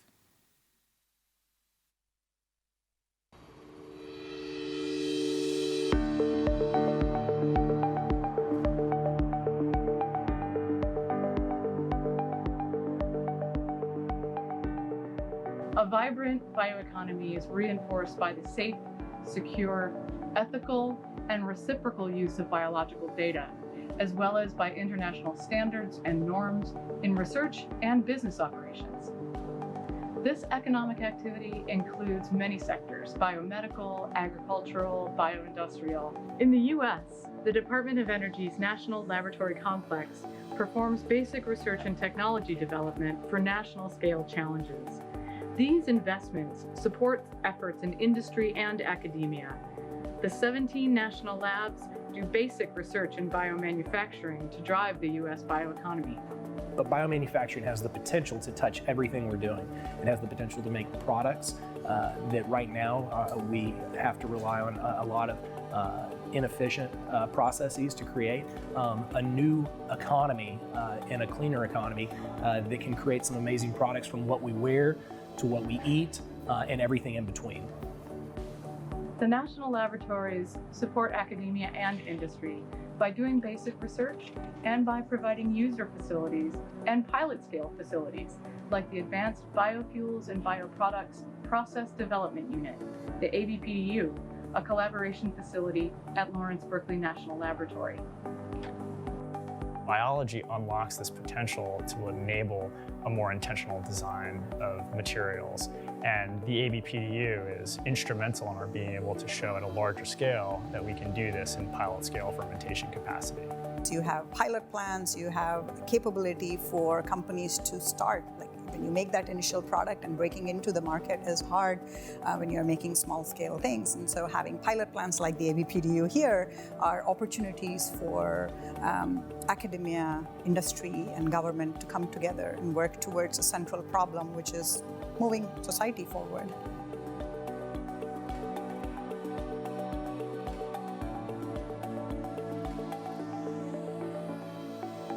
Svetscale is developing an antiviral protein to counteract the COVID-19 disease.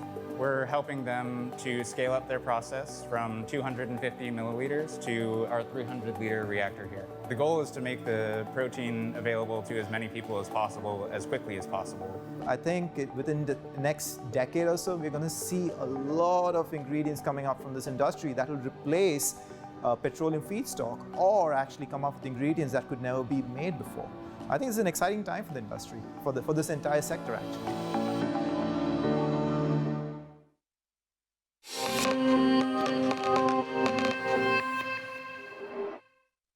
Hey, I'm Binge. I'm a mother of 1 and an aunt of 4. That accounts for 28 toys bought per year. And this is all things bio. Today we will talk about bio-based toys. I've always wanted to drive a big truck when I was a kid. So I just bought this bio-based plastic truck online for my friend's daughter. She will love the pastel colors. Of course, she won't be able to tell whether it's plastic or not, but I can tell her that this particular truck is good for the planet. She understands everything. This truck is natural and recyclable. It's made out of sugarcane, a plant that also helps absorb CO2 from the atmosphere. It feels slightly lighter than regular plastic and a bit softer, but besides that, I really couldn't tell what it is made out of. Surprisingly, it does not cost more than a plastic toy this big. The price is absolutely friendly. Now, let's test how much heavy duty this boy can handle.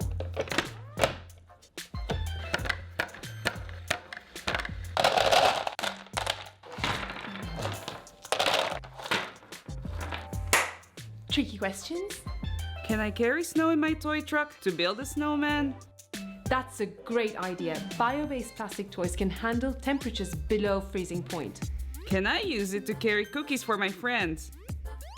Yes, you can. This very toy is even approved for contact with food. After weeks of heavy work, the truck must get very dirty. How can I clean it? Believe it or not, this toy is dishwasher safe. Bye.